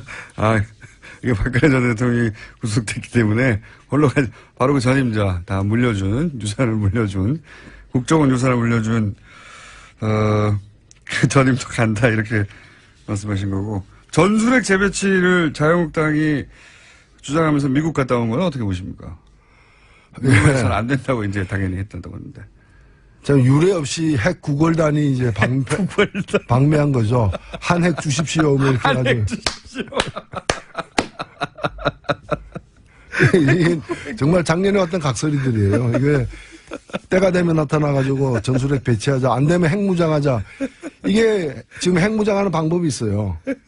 미국이 절대로 허용하지 않을 거니까 일단은 한미동맹을 파괴해야 됩니다. 그렇겠죠. 예. 파괴해야 되고 그리고 핵무장하려면 차라리 북한에다가 한핵 팔아라. 한핵 구걸단. 그리고 이게 핵으로서 핵을 막을 수 있는 게 사실 아니거든요. 예. 예를 들면 우리가 우리 청취자 여러분들도 집에 권총 있으면 밤에 안심됩니까? 오히려 집에 권총 있으면 밤에 더 불안할 거예요. 권총이 있어본 적이 없어가지고. 그러니까 예를 들면 권총 광도가 나타났다고 해가지고 집집마다 권총을 갖고 있으면 어떻게 됩니까? 옆집이 권총을 들고 우리 집으로 쳐들어오지 않을까 생각도 되겠죠. 지금 우리가 핵을 갖게 되면은 예. 북한 핵 보유하려고 하는 걸 지금 핵 개발하는 걸 묵인할 수밖에 그게 없는 거고. 인정할 수밖에 그다음에 없죠, 핵이니까. 일본 핵무장하는 것도 우리가 반대할 수가 없는 거고. 대만도 그 되고. 그렇게 되면은 안 그래도 우리가 세계 최고의 원자력 발전소 밀집 지역인데 핵무기 밀집 지역. 전 세계적인 핵무기 밀집 지역. 골목마다 핵이 있는 핵 사이를 누비면서 살아가야 되는 위험천만한 상황이죠. 그러니까 전 세계 특히 동아시아 핵무장의 이제 중심이 되겠죠. 그런 요인을 제공한. 그리고 실제로 이제 뭐 군사적인 측면에서도 동해에서 쏘나 강원도 땅에서 쏘나 뭐가 차이가 있느냐 이런 얘기도 많고요. 있어 봐도 결국 버튼을 우리가 누릴 수도 없는데 무슨 차이가 있느냐 얘기도 있고. 그러니까 예를 들면 전술핵 핵무기를 갖다가 탑재한 비행기가 오산 비행장에 있다. 거기서 떠서 가는 거나 떨어뜨린다는 거는 괌에서 출발하는 거는 시간차 거의 안 나고요. 괌이 더 빠르다는 얘기도 있습니다. 오산에 그 핵무기가 있으면은 그 핵무기를 선제 공격으로 폭파하려는 그 표적이 되는 거죠. 그렇겠죠. 그러니까 대한민국 내에 표적을 더 많이 만들자는 뜻밖에 더 됩니까? 그러니까 버튼도 없이 그래서 핵 구걸단 한핵 주십시오. 빵 터지는. 자, 마지막 질문인데요. 최근에 이런 기사가 떠서 제가 여쭤보려고 합니다. 최근에 이제 안철수 전 대표가 정치 일선에 복귀하면서부터 이제 여러 가지 파란을 일으키고 있는데 긍정적이든 부정적이든 어제 이런 기사가 하나 떠가지고 제가 여쭤보려고. 정계 입문 5주년을 맞아서 안철수 대표가 얻은 것과 잃은 것, 뭐 이런 식의 기사였어요. 제가 자세히 읽어보지는 않았지만 5주년이 됐구나 하면서 그 기사를 봤는데 개인적으로 어떻게 평가하십니까? 얻은 것, 잃은 것, 혹은 뭐 잃은 것, 못 잃은 것, 뭐 등등 종합적인 평가를 해보시자면? 예. 뭐 정치인이 계속해서 실패에도 불구하고 다시 도전하고 하는 거는 뭐 저는 충분히 있을 수 있고 당연한 거라고 생각됩니다. 다만 안철수 대표 같은 경우에는 처음 출발할 때 상당히 많은 국민들이 좀 기대를 했었거든요. 그렇죠. 그 기대는 개인에 대한 기대라기보다는 그 개인을 통해서 새 정치가 실현되기를 기대했던 것이고. 기존 정치에 대한 어떤 염증 같은 것도 있었고. 근데 현상이라 불렀죠, 그래서. 그렇죠. 근데 지금 보면은 그 새 정치는 거의 없어졌다고 보여집니다. 안철수 대표에게 새 정치를 기대하는 그런 현상도 없어졌고요. 오히려 정치를 하면서 이렇게 여러 가지 정치의 또 안 좋은 새 정치로 씻어내려고 했던 그런 정치의 얼룩들을 오히려 더 많이 갖게 된 거 아니냐. 현상이 증상으로 바뀐. 현상이 증상으로 바뀐. 홀대론에 대해서 어떻게 생각하십니까? 요즘 물론 본인은 홀대라고 표현하지는 않지만 호남에도 이제 홀대론을 얘기하고 있고. 그분 얘기를 영남에서도 홀대. 그렇죠. 얘기하고 있고요. 얘기를 종합하면은 대한민국이 홀대를 받고 있다는 건데. 그게. 전국 홀대론이죠. 그래서 그거는 좀 제가 볼 때는 이미 다 지나간. 새 정치라는 게 뭡니까? 사실은 지역, 편파적인 어떤 지역 감정에 기반해가지고 그걸 정치적으로 악용한 그런 구태의연한 정치를 갖다가 벗어나자는 거 아닙니까? 근데 지금 보면은 벗어나자고 했다는 그 정치 방식을 그대로 앞장서서 솔선수범해서 실현하고 있는 거죠. 개인적으로 좀 안타까운 면이 있습니다. 네. 저도 기대가 많았었기 때문에 안철수 전 대표가 처음 등장했을 때 전 대표가 아니죠. 현 대표죠. 안철수 대표가 처음 등장했을 때 현상이라고 부를 정도의 지지율 광풍도 있었고 사실 박원순 서울시장 탄생에도 크게 기여했고요. 예. 기여한 바가 많은데 최근 그러니까 5년째 지금 기준으로 보자면 그런 생각도 저는 듭니다. 최근 대선을 계속 혼자 치르고 있는 듯한 느낌? 대선이 끝나지 않은 건가 아닌가 이분 머릿속에는 계속 대결 구도 선상에서 달려가더라고 평행선을. 저는 그런 인상을 좀 받았습니다. 아 대선이 안 끝났구나 저분에게는. 그렇죠. 예. 끝없는 대선. 지금 대선 기간이 아닌데도 불구하고 저는 뭐 5년이 또 꺾어지는 해이기도 하기 때문에 정말 한국 정치를 위해서, 정치 발전을 위해서도 그렇고 좀 초심으로 돌아가기를, 예, 지금 그 어떤 새 정치 흔적도 발견하기 힘든 상황인데 왜 이 길에 들어섰는가, 또 이 길에 처음 들어섰을 때 가졌던 포부, 이런 것들이 많이 이렇게 탈색하고 훼손되고 증발해버린 느낌이에요. 그거는 많은 사람들이 그렇게 보고 있기 때문에 겸허하게 그런 평가를 받아들이고 좀 초심으로 돌아가기를 바랍니다. 다른 것 떠나서 저는 이제 문재인 대통령에 대한 어떤 사적 감정이 어떤 결정의 에너지원이 되는 거 아닌가 싶은. 근데요, 그게 모든 건 아니지만. 제가 말씀드리고 싶은 건 두 사람이 다시 대결할 일은 없잖아요. 선거에서. 그렇잖아요. 이제 없죠, 영원히. 예. 그 현실을 인정하는 게 가장 중요하다고 봅니다. 그러니까 지금 문재인 대통령 정부가 내건 여러 가지들 중에 상당 부분은 본인이 내걸었던 거하고 같거든요. 다만 그걸 할 수 있는 권력을 갖다가 그 선거를 국민들이 이제 문재인 대통령이 주었던 것이거라. 그렇다면은 그런 것들이 실현되는데 협조해야죠. 그게 자신의 어떤 정당성을 더 확보하는 기지라고 저는 생각합니다. 저도 그렇게 생각하는데 사람이 이제 감정의 동물인지라 물론 뭐 감정 때문에 그러는 거냐고 하면 본인은 펄쩍 뛸 일이긴 하겠지만 이때까지의 선택의 누적을 쭉 그 궤적을 보면 그런 게 아닌가 하는 의심이 좀 듭니다. 저는. 네. 자, 오늘은 여기까지 해야 될 것 같습니다. 지금까지 여러분들이 항상 기다리시는 노르가즘 다음 주에는 공개 방송으로 화요일 날 원래 수요일이거든요. 네. 근데 화요일 날 노회찬 원내대표님이 공개 방송에 나오시니까 새벽에 많이들 와주세요. 그날 뵙겠습니다. 한번 해주세요. 예, 그날 뵙겠습니다. 노회찬 원내대표였습니다. 감사합니다. 자, 이철희 의원 헬기, 중고 헬기 개입권, 구매권 관련해서 문자 많이 왔네요. 예. 제가 그거 타고 훈련했던 사람입니다. 헬기 안에 청테이프가 엄청 붙어 있어서 예, 추락할까봐 떨었던 기억이 난다고. 청테이프로 45년 된 거니까요. 양지열 변호사와 공장장은 전생에 부부였습니까? 네. 예. 부부는 아니었던 것 같고요. 예. 둘 중에 한 사람이 양반이고 또 한 사람이 머슴이 아니었을까. 제가 머슴이었을 수도 있죠. 복수할 수도 있는 거죠. 그리고 그렇게 알고 싶던 문자 보내는 방법을 이제 알았네요. 예. 문자 보내는 방법을 알려달라는 분이 많은데 그 정도 알아낼 수 있잖아요. 검색해 보세요. 예. 다 나와요.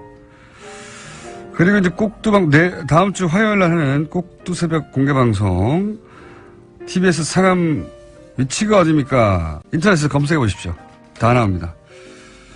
예. 그리고 오늘도 역시 여러 가지 타임머신 문자와 상상 문자와 등등등등 오는데 그중에서 노체 남벽 정상에서 들리는 홍성택 대장님의 목소리 뭉클해집니다. 네, 도전 중이시죠? 홍성택 대장님 왼쪽 어깨에 뉴스공장 패치가 붙어 있습니다. 저희 방송에 한번 나오신 후에 정말로 패치를 붙이고 출발하셨어요. 예, 꼭 등장에 성공하시길 빕니다. 정상 등령에 도전하는 예정일은 10월 25일이어서 아직 한 달 정도 남았는데 저희가 시간이 되면 이제 가까워지면 카운트다운을 하겠습니다. 네. 여기까지 하겠습니다. 자, 과학과 개그와 그리고 무의미한 이야기를 오가는 권종우 씨 나오셨습니다. 안녕하세요. 자, 지난주 우주 얘기 한번 한 다음에 네. 원래 저희가 우주 얘기로 시작했죠. 그렇죠. 네. 간만에 해서 그런지 호응이 좋았습니다. 아, 그렇군요. 정통과학을 했거든요. 네. 간만에 아무런 개그 없이. 감동적이었다는 얘기로 들었어요.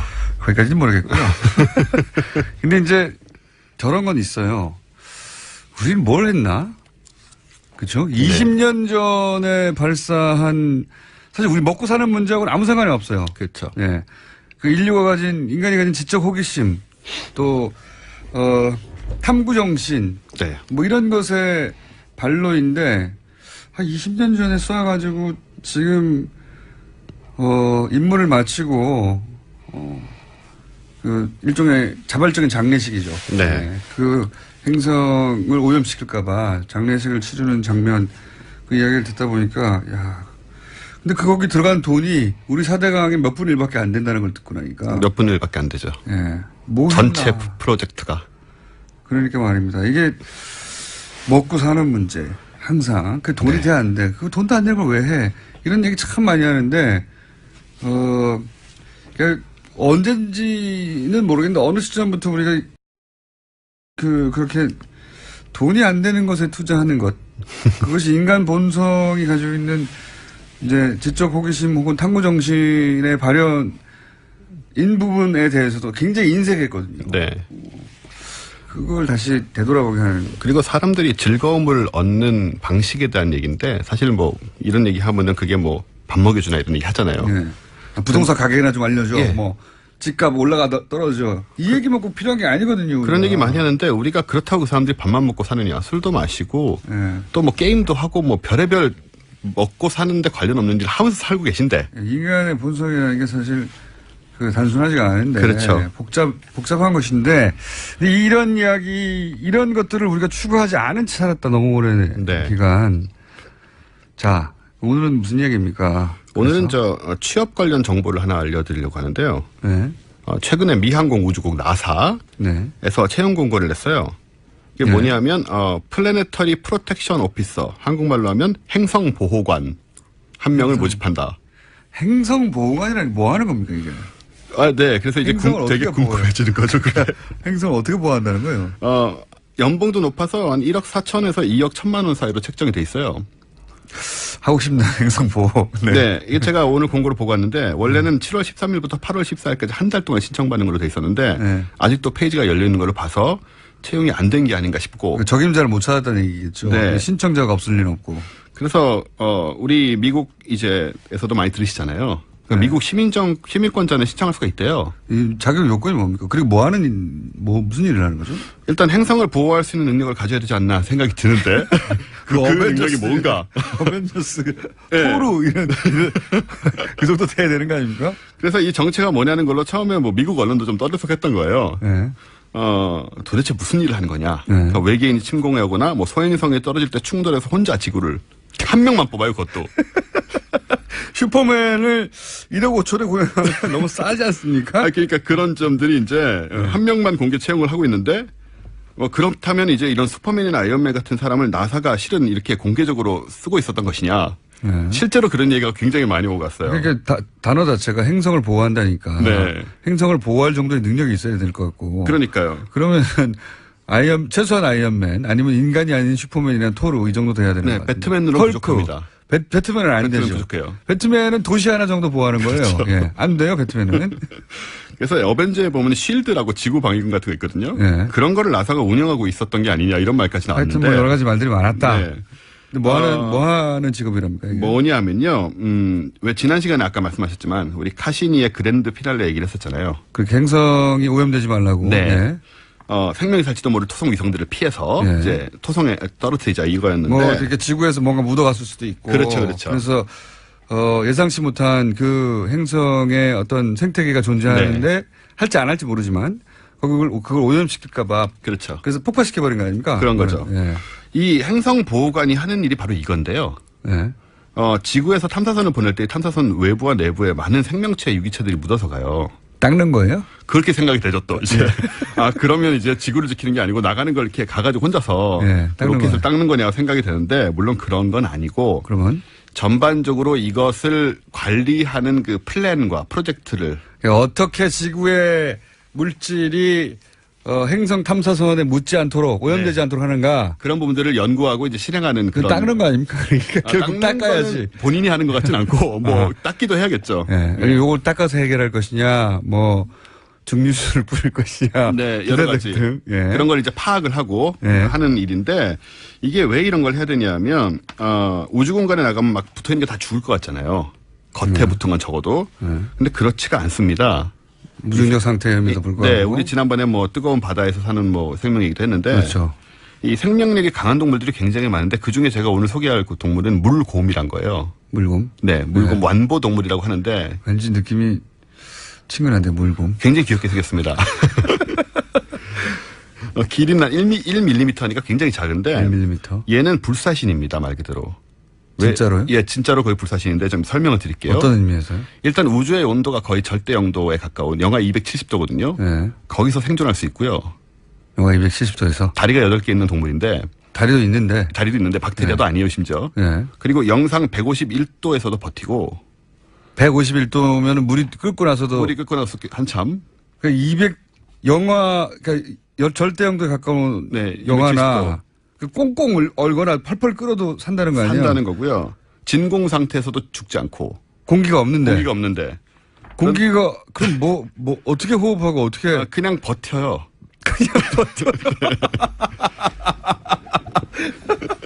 아니, 이거는 과학적으로 확인된 거죠? 네, 확인된 건데, 그 정도가 아니고요. 사람 치사량의 1000배의 감마선을 쬐도 죽지 않고요.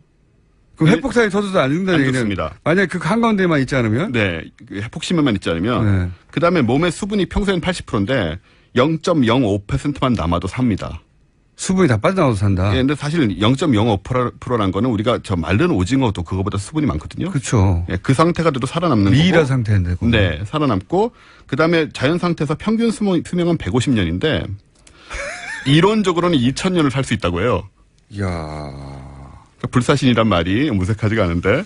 물론 우리가 잡아서 꾹 누르면 죽겠죠. 그렇게 하겠죠. 그런 외압이 없는 상태에서는 평균 150. 예, 이론적으로는 2000년. 이론적으로는 2000년. 불사신이란 말이 괜한 말이 아니고요. 그래서 얘를 가지고 실험을 했습니다. 2007년 9월에 ESA 유럽 우주국에서 실험 위성의 물곰을 우주공간 바깥에 내놔버렸어요, 그냥. 그냥? 예, 그냥. 아무런 보호 장치 없이. 물곰 나가! 그리고 무중력 상태 내보냈다 이거죠? 네. 실제로 그렇게 살 수 있는가? 예, 그리고 10일 동안 이제 진공에 노출을 시켰는데. 10일 동안? 영하 270도의 진공에 노출시켰는데, 멀쩡하게 살았고, 지구로 귀환한 다음에 이제 또 생존했고, 번식까지 하는 등. 야, 전혀 데미지가 없었다. 진짜 불사신 맞네요. 불사신입니다. 그러니까 이런 생물들이 있기 때문에. 물곰에게 배워야 되겠는데요? 그게 어떻게 가능하지? 그냥 우리가 배워서 되겠습니까? 이거 아무데나 온 지구에 다 있는 거예요? 예, 이슬 같은 데 안에 살고 있어요. 조그맣기 때문에. 그럼 지구에도 있고? 굉장히 많습니다, 지구에. 종류도 굉장히 많고. 이야. 물곰류가. 그러면 많죠. 이런 게 예를 들어서 어떤 경로를 거치든 탐사선에 그렇죠. 안 보이는 데 붙어 있다가 글로 옮겨진다든가 하면 그쪽 거기서 번식을 시작하고 생태계에 어떤 영향을 미칠지도 모르고. 네. 아니 오히려 물곰을 이 탐사선에 싣고 가지고 막 뿌려야 되는 거 아니에요? 그게 이제 관점의 차이인데요. 네. 우리가 화성 탐사를 했잖아요. 네. 화성 탐사에 대해서 이제 그 얘기가 있었어요. 만약에 생명체가 있을 가능성이 굉장히 큰데 여기가 만약에 우리가 이런 걸 가지고 착륙시켰을 때 일단 생명체들을 얘네들이 죽이거나 이런 일이 벌어질 수 있잖아요. 거꾸로. 네. 그럼 그리고 혹은 물건이 이게 번식하면서 지구에서 기원한 건지 아닌지 모를 수도 있고. 그렇죠. 영구적으로는 그런 오류가 생길 수 있고 생태계적으로는 얘가 가서 거기를 이제 파괴하고 이제 거기 천적이 돼가지고 거기 생명체들을 죽여버릴 수가 있는. 혹은 거기서 어떤 작용에 의해서 어마어마하게 큰 물곰이 된 다음에 지구로 날아 들어와가지고 나를 왜 거기다 버렸어? 나쁜 지구인들. 네, 그런 상황들이 있고 이제 화성 같은 경우는 지금 문제가 뭐냐면 마션 영화 보셨잖아요. 네, 마션. 마션 영화를 보면서 대부분 생각하지 않는데 그게 우리가 가서 화성을 완전 오염시킨 거거든요. 화성의 관점에서 보면 그렇죠. 예, 그 화성에 생명이 있다면 굉장히 큰 문제가, 정말 큰 문제가 생긴 거예요. 네. 우리가 거기서 그분이 이제 살아남으려고 그 대소변을 파내가지고 감자 심고 거름으로 줍니다. 네네. 그 대소변에 있던 미생물로 감자를 키운다는 얘기인데 그 네. 미생물이 전부 이제 화성청에 퍼진 거예요. 그렇긴 한데 지구의 관점에서 보자면 화성에 오염시키러 가는 거죠, 실제로는. 네. 연구하러 가는 게 아니라 사람이 살 수 있도록 우리 관점에서는 지구화하는 거고 화성의 네. 관점에서는 오염되는 거죠. 그래서 네. 그 문제에 대해서 지금 문제제기가 상당히 좀 시작이 됐어요, 과학계에서. 그래서 이거는 화성에 생명이 사는 경우에는 화성을 침공하는 거다, 결국은. 맞죠. 예. 예. 침공하는 거라고 해서 지금 과학계 일각에서는 화성에서 박테리아 하나라도 발견되면 전부 철수해야 된다. 더 이상 개발하지 말고. 그거는 저런 것과 비슷하군요. 예전에 그 그 댐을 건설할 때 네. 댐이 자연을 파괴한다는 쪽도 있었지만 자연보호 운동의 한 갈래 중에 이런 것도 있었거든요. 자연을 우리가 인간이 잘 이용하면서 살 수밖에 없다. 네. 어떻게 자연 그대로만 놓고 원시 상태로만 살 수가 있냐. 이미 그 시절은 지났다. 뭐 이런 네. 절충주의가 있었는데 그런 비슷한 논쟁이 여기서 벌어질 것 같은데. 그렇죠. 그게 이제 우리 행성 바깥에까지 우리한테 그런 권한이 있느냐. 이제 이런 윤리적인 문제도 있는 것이고. 그쵸. 화성에 그런 도덕적 판단 혹은 윤리적 판단을 할 생명체가 없다면. 네, 생명체가 없다면 사실 상관없어요. 네. 우리가 사는 게 급한 게 아닙니까, 일단. 지구인들이 살아남는 게. 그래서 이제 이렇게 그걸 생각할 확인하려고 수도 있고. 노력을 하는 것이고. 그럴 때 유기체들이 탐사선에 묻지 않도록 하는. 네. 주로 이제 나갈 때 문제, 들어올 때도 신경을 쓰지만 네. 들어올 때는 묻혀 들어올 수 있잖아요. 근데 사실 이런 건 좀 부러운 게 여기까지 고민해 준다는 거죠. 바로 그 점입니다. 네, 여기까지 고민해 준다는 겁니다. 네, 기술을 넘어서서 네. 과학이 거기까지 갔어요, 이미. 세계적으로. 이런 사려 깊음이란 이런 게 되게 아쉬운 부분. 우리는 뭐 가지도 못하는데 이런 사려 깊음이 있겠습니까, 지금 현재. 과학이 이런 일을 하고 있습니다. 네, 자, 많이들 지원하시기 바랍니다. 원종호 씨였습니다. 내일 뵙겠습니다. 안녕. 감사합니다. 감옥에 보냈기 때문에. 굉장히 어려운 사건이죠. 너무 많이 관련자들이 이미 사망했기 때문에 너무 늦었어요. 그래서 수사가 시작되면 제가 해설할 게 많습니다. 자, 오늘 여기까지 하겠습니다. 시사인의 김은지였습니다. 네, 감사합니다. 옆에 서 있는 양결 변호사님 앉아주세요. 네. 빨리 앉아주시고. 자, 저희가 뭐랄까요. 양결 변호사가 첫 방송 때부터 저하고 굉장히 많은 티키타카를 해서, 제 없을 때 방송도 진행하시잖아요. 예. 그렇게 가까워지면서 저희가 점점점 푸대접을 하고 홀대하면서 잠깐 나오는 건데 전화가 아니라 직접 나와라. 막 5분이면 끝날 것을. 그런 거였어요? 네. 그걸 왜 불렀어요? 자, 5분이면 끝납니다. 왜냐면 바로 이어서 저희가 이 사이버 사령부 중요한 분이 밖에서 기다리고 계시더라고요. 네네. 네, 잠깐 얘기를 나눴습니다. 네. 국방위 간사분이 나오셨기 때문에 네.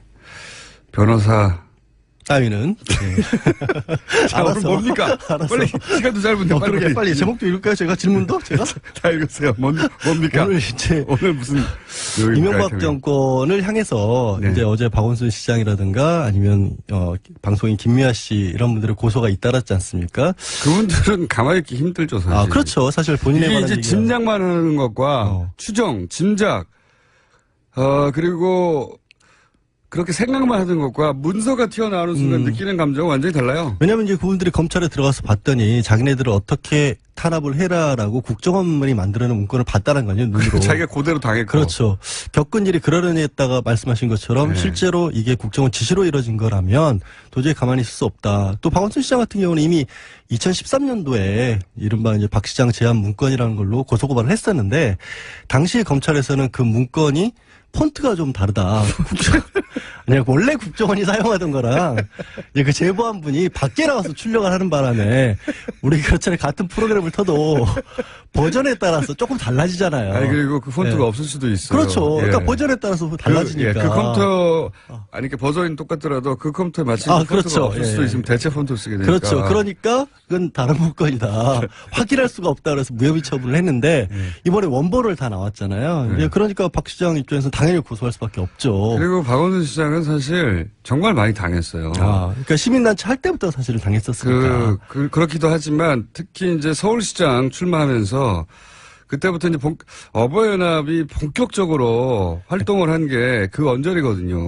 저는 정말 박 시장님 얘기를 하면 그 왜 병원에 기자들이 밖에서 기다리고 있는데 들어가서 엑스레이 사진 찍었는데 그것도 안 믿겠다고 자꾸 재검하자 그런 거. 이런 것들은 정말 사람을 2번, 3번 죽이는 일이었잖아요. 국정원 원세훈 그 당시 원장이 사실은 이명박 서울시장 시절부터 쭉 정무부시장이었던 거예요. 부시장이었고 행정부 장관 했었고. 그러니까 서울시장 다음은 대통령 이런 그렇죠. 인식이 머릿속에 있다 보니까 야권의 서울시장 후보들에 대해서 집중적으로 공략을 했던 걸로 보여지고요. 문건 자체가 여권 주요 인사 야권 당시 예. 야권이 있으니까 잠재 가능성이 있으므로 제압해야 한다는 식으로 나와 있어요. 그렇게 제압이라는 단어도 사용이고 예. 그러면서 제일 먼저 동원됐던 게 이제 어버이연합이거든요.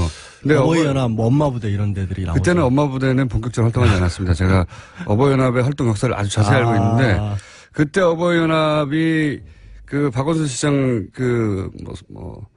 출몰하는 지역이에요. 출몰하는 지역 나타나가지고 박 시장이 무슨 범죄자의 출몰을 하게. 그때 정말 웃겼던 건 이거 방송 용어가 아닌데 구호를 그대로 전달해야 사실은 당시 어버이연합이 동원된 게 확실하다는 걸 알 수 있으니까. 저도 원순이 인연 나와 이거예요. 여성용으로 불렀었죠 당시에. 박원순 시장이 남자인지 누군지도 몰랐어요. 몰랐죠. 모르는 사람들이 다 나와가지고 물러가라고 하는 거예요. 박원순 시장이 남단지도 여단지도 모르는 어버이연합이었어요 그때. 사실 이제 그러니까 동원된 거죠. 엄마부대 얘기를 했던 건 왜 그랬냐면 요즘에 유명해지셨잖아요. 주옥순 엄마부대 대표. 네. 얼마 전에 검찰 소환 조사를 받았는데 본인은 떳떳하다. 왜냐하면 돈 떼먹은 적 없다. 돈 떼먹은 적은 없다. 돈을 받은 건 맞는데. 제안을 했고 내가 제안 받은 바에 따라 다 일을 했다라는 식의 그런 진술을 했었기 때문에 돈을 받고 그런 일을 하면 안 된다는 인식이 없는 거죠. 그렇죠. 예. 그러니까 정당한 일을 했다라고 생각을 하신 거죠. 뭐 그런 진술을 했다고 지금 알려졌습니다. 어버이연합은 그때 활동 초창기였다니까 제가. 박원순 서울시장이 남자인지 여자인지도 모른 채 떼거리로 몰려온 거예요, 거기에. 안녕하세요, 김어준입니다. 지난주 김명수 대법원장 청문회에서 자유한국당의 질의 내용 중에 공식적인 속기록도 녹취록도 없는 것으로 알려진 전국 법원장 회의에서의 발언 내용, 특정 법무부비서관의 인사 관련 내용, 법원 내 모임의 구체적인 가입자 정보 등이 등장했습니다. 이런 정보들은 사법부의 고등부장, 실국장급이 아니면 알 수가 없고 이러한 정보가 종합적으로 취합되는 것은 바로 법원 행정처라고 합니다. 법원 행정처는 통상 대법원장의 사람들이 주요 보직을 맡는다고 알려져 있죠. 그렇다는 이야기는 현 양승태 대법원장의 측근 인사들이 차기 대법원장 후보자 인준을 맡겠다고 나선 걸 의미하는 거 아닌가요? 임기가 며칠 남지 않은 현 대법원장 체제가 차기 대법원장 체제의 출발을 이렇게까지 해방한 사례는 듣도 보도 못했습니다. 그것도 특정 정당과 결탁해서 말이죠. 이거 왜 아무도 문제 삼지 않죠?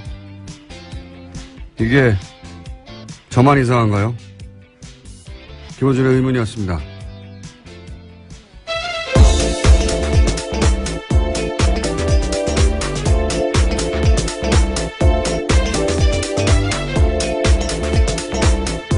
시사인의 김은지입니다. 자, 유엔 총회에서 그런지 관련 뉴스가 많죠. 예. 네, 계속해서 나오고 있는데요. 도널드 트럼프 미국 대통령이 현지 시각으로 19일 유엔 총회 연설했습니다. 미국이 위협받으면 북한을 완전히 파괴하는 선택 외에는 없다라고 강조했는데요. 북한을 타락한 국가로 규정하면서 북한이 전 세계를 위협하는 무모한 핵과 탄도미사일을 추구하고 있다고도 주장했습니다. 또 북한과의 어떤 무역도 불법적 행동이라고 지적을 하고 북한과의 경제관계 단절을 유엔 회원국에 촉구했습니다. 자, 트럼프 대통령이 뭐 이런 말 하는 건 한두 번이 아닌데, 매티스 국방장관도 또 관련해서 비슷한 말을 했죠. 네. 네, 강경 발언을 이어갔습니다. 서울에 큰 피해자를 입히지 않는 대북 군사 옵션이 있다라고 밝혀서 논란이 일고 있는데요. 현지 시각으로 18일에 미국 국방부 출입기자들과의 간담회에서 한 발언입니다. 서울을 중대한 위험에 빠뜨리지 않고도 북한에 취할 수 있는 군사 옵션이 있냐라는 기자들의 질문에 있지만 자세하게 얘기하지는 않겠다라고 말했습니다. 세상에 그런 게 어디 있습니까? 예. 1차 대전이 뭐 처음부터 탱크로 쐈나요? 예. 총 한 발로 시작된 건데. 자기네 무슨 어벤져스도 아니고. 실제로 미국 내에서 그런 비판이 나왔는데요. 예. MIT 내 핵 비확산 전문가인 비핀 나랑 교수 같은 경우에는요. 허핑턴 포스트에다가 극도로 영웅적인 가정이다라고 비판했습니다. 그런 말 했어요. 예. 이건 무슨 영화에나 나온 얘기입니다. 예. 말도 안 되는 소리인데. 근데 이 목적은 최근에 이렇게, 뭡니까. 국방장관과 트럼프 대통령 모두 똑같은 메시지를 내는 것은 기본적으로 대중국 압박이라는 얘기를 뭐 국내에서도 하고 미국에서도 하고 다들 얘기를 합니다만 이 대상이 되는 지역에 살고 있는 우리로서는 굉장히 기분 나쁜 얘기들이죠. 예.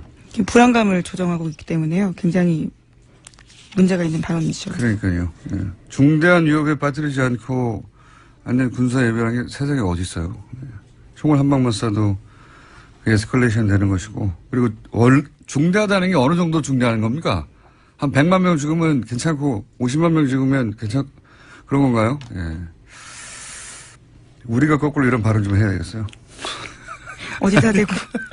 어디다 대고. 예. 진짜 워싱턴에 중대한 위협을 빠뜨리지 않고도 우리가 취할 수 있는 군사 옵션이 있다. 누가 이렇게 얘기해봐요. 가만히 있겠나. 이거 화내야 되는 뉴스예요, 다. 자기들이 뭔데 자꾸 이런. 자, 근데 관련 뉴스가 많아요. 이런 발언들. 뭐 말로 하는 거니까 기본적으로 정치라는 게. 유엔 사무총장도 또 여기에 대해서 한마디 했겠죠, 당연히. 네, 개막 연설에서 발언을 했습니다. 전 세계는 핵전쟁을 우려하고 있다면서 오늘날 핵무기에 대한 걱정은 냉전 종식 이후로 가장 높은 수준이라고 지적하면서요. 그러면서도 정치력이 필요한 시점이다라고 강조하고 있는데요. 험악한 발언들은 자칫 치명적인 오해로 이어질 수 있다면서 최근 도널드 트럼프 미국 대통령과 북한 김정은 위원장 간의 소위 말전쟁을 지적했습니다. 이 말전쟁 지적이야 뭐 전 세계가 다 하고 있는 거고요. 저희도 매번 하고 있는 거고요. 우리나라 언론만 지적을 안 해요.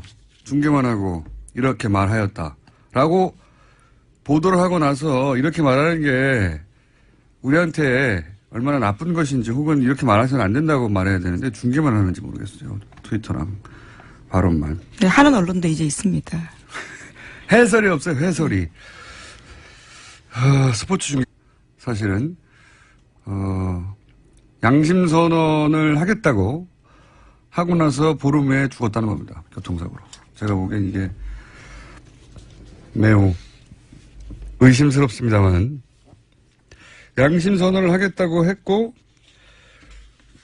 그런 얘기가 나왔는데 그리고 자료도 제출했고 증거자료도 보름 후에 양심선언을 하겠다고 한 지 보름 후에 교통사고로 죽었다는 거. 오싹한 내용이죠. 다음은요. 이런 종류의 소위 정보기관 관련된 사망 사건들도 지난 10년간 다시 한번 다뤄봐야 된다고 봅니다. 저는. 자, 지나치는 우연이 너무 많아요. 다음 뉴스는요. 네, 이명박 정부 블랙리스트 관련해서 계속 말씀드리고 있습니다. 어제는 방송인 김미아 씨가 피해자로 검찰에 출석했는데요. 국정원은 2010년에 김 씨를 포용할 수 없는 강성으로 분류하고 퇴출 1순위로 지목했습니다. 그러면서 광고주를 통해서 출연해서 배제해야 된다는 계획을 세웠는데 실제로 그렇게 됐습니다. 관련 뉴스 계속 나오겠죠. 네. 광고주를 압박해서 퇴출시킨다. 네. 모든 방법을 다 동원했겠죠. 자, 이 사안은 이제 이 피해자들 진술이나 조사가 끝나고 나면 또 다른 내용들이 나오겠죠. 그때 좀 자세히 다루기로 하고요. 다음 뉴스는요. 네, 국정원 민간인 댓글 부재 사건 관련해서 어제 영장 나왔다라는 이야기 드렸는데요. 민병주 전 단장 외에는요. 나머지 2명은 기각됐다라는 소식 전해드립니다. 영장이 기각된 송아묵의 민간인 팀장 같은 경우에는 수백 명의 팀원을 거느린 사람이었습니다. 그리고 2009년부터 4년 동안 국정원에서 10억 원의 돈을 받았는데요. 하지만 오민석 서울중앙지법 영장 전담 부장판사는 공무원의 범죄인 이 사건 범행에서 피의자가 차지하는 지위와 역할, 가담 정도, 또 송 씨를 포함한 전체 범행 가담자에 대한 수사 및 진행 상황을 고려하면 영장을 기각하겠다라고 밝혔습니다. 이 정도 되면 저는 이것은 사법부의 독립적인 판단 존중하고 또 가능하면 영장을 발부하지 않은 채 수사하는 게 인권 차원에서도 원칙이기도 하고 그런 원론들을 말할 게 아니라 이 정도 의도 있는 거 아닌가 싶어요.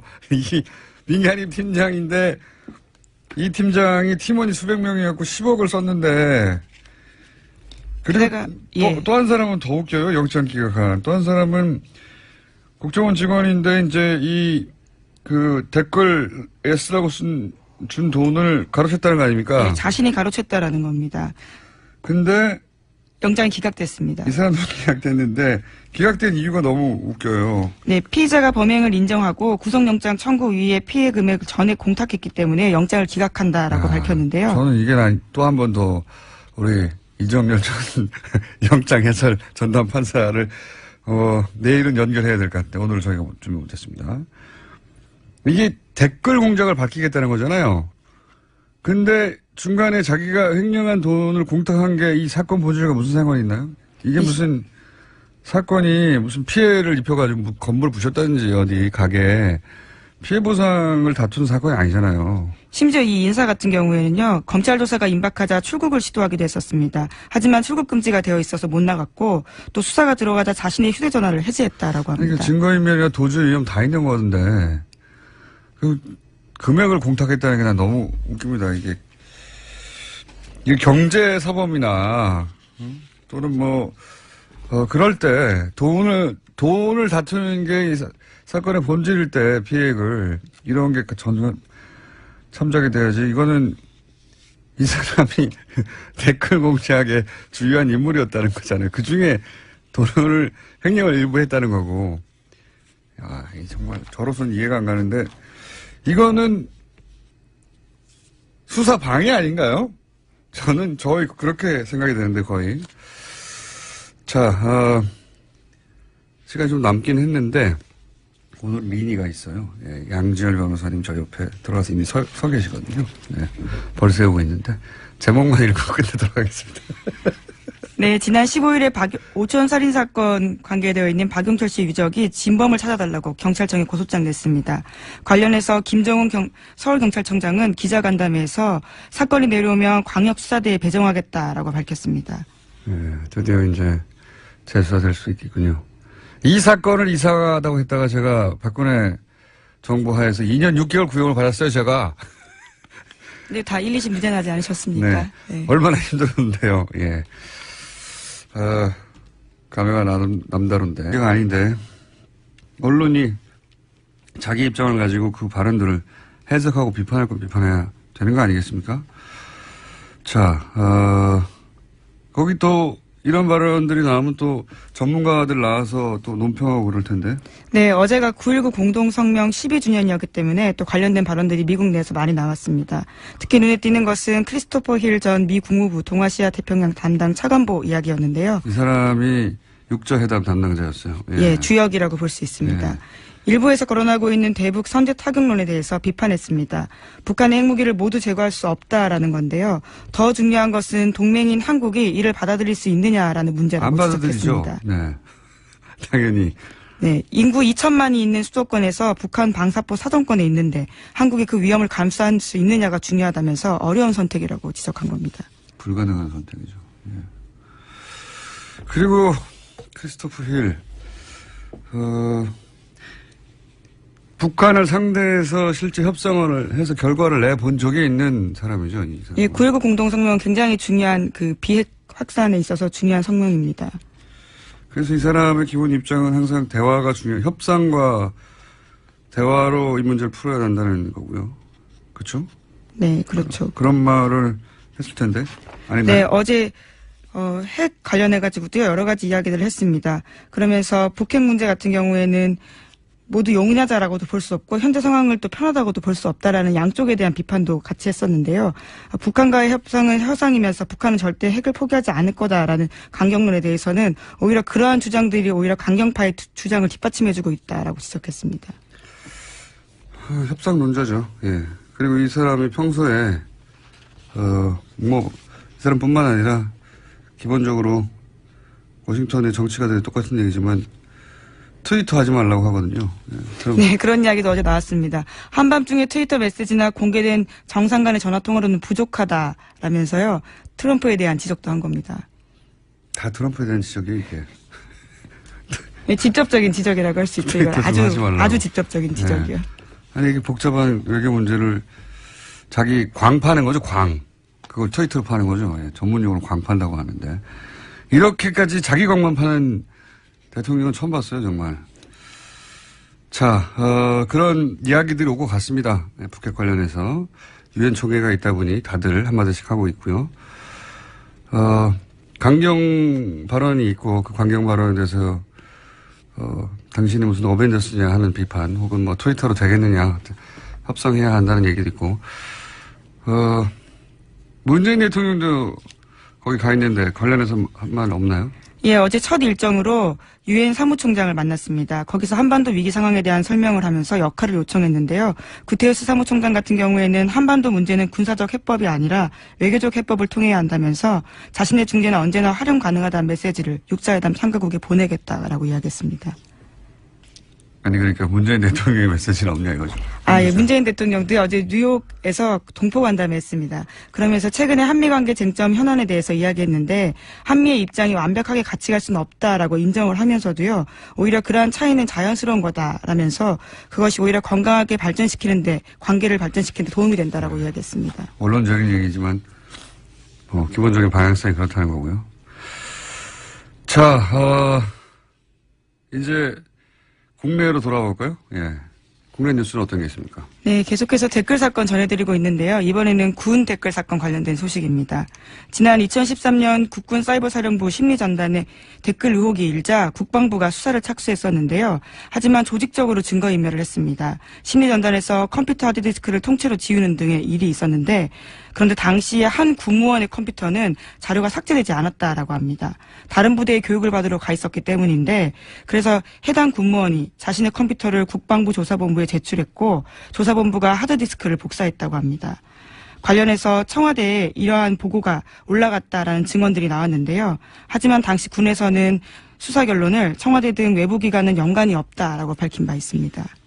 이게 SBS 어제 보도인데 사실 포털에서는 묻혔어요. 보니까 굉장히 중요한 보도인데 핵심이 이거죠. 삭제되지 않은 자료가 있었고 그 자료를 조사본부에 제출을 했는데 그 자료 중에는 그 공작 내용이 청와대로 보고된 증거가 있었다는 거죠. 그러니까 청와대에 보고한 증거를 제출을 했음에도 불구하고 군의 수사 결론은 청와대에는 상관이 없다라고 결론을 냈다는 거고 더욱 중요한 것은 이 김모 씨가 그래서 나오라고 막 하여튼 이제 오늘 주제는 그건 아니고 박원순 시장님은 남자분 맞습니다. 예, 저도 몇 번 뵀는데 남자분이 확실하고요.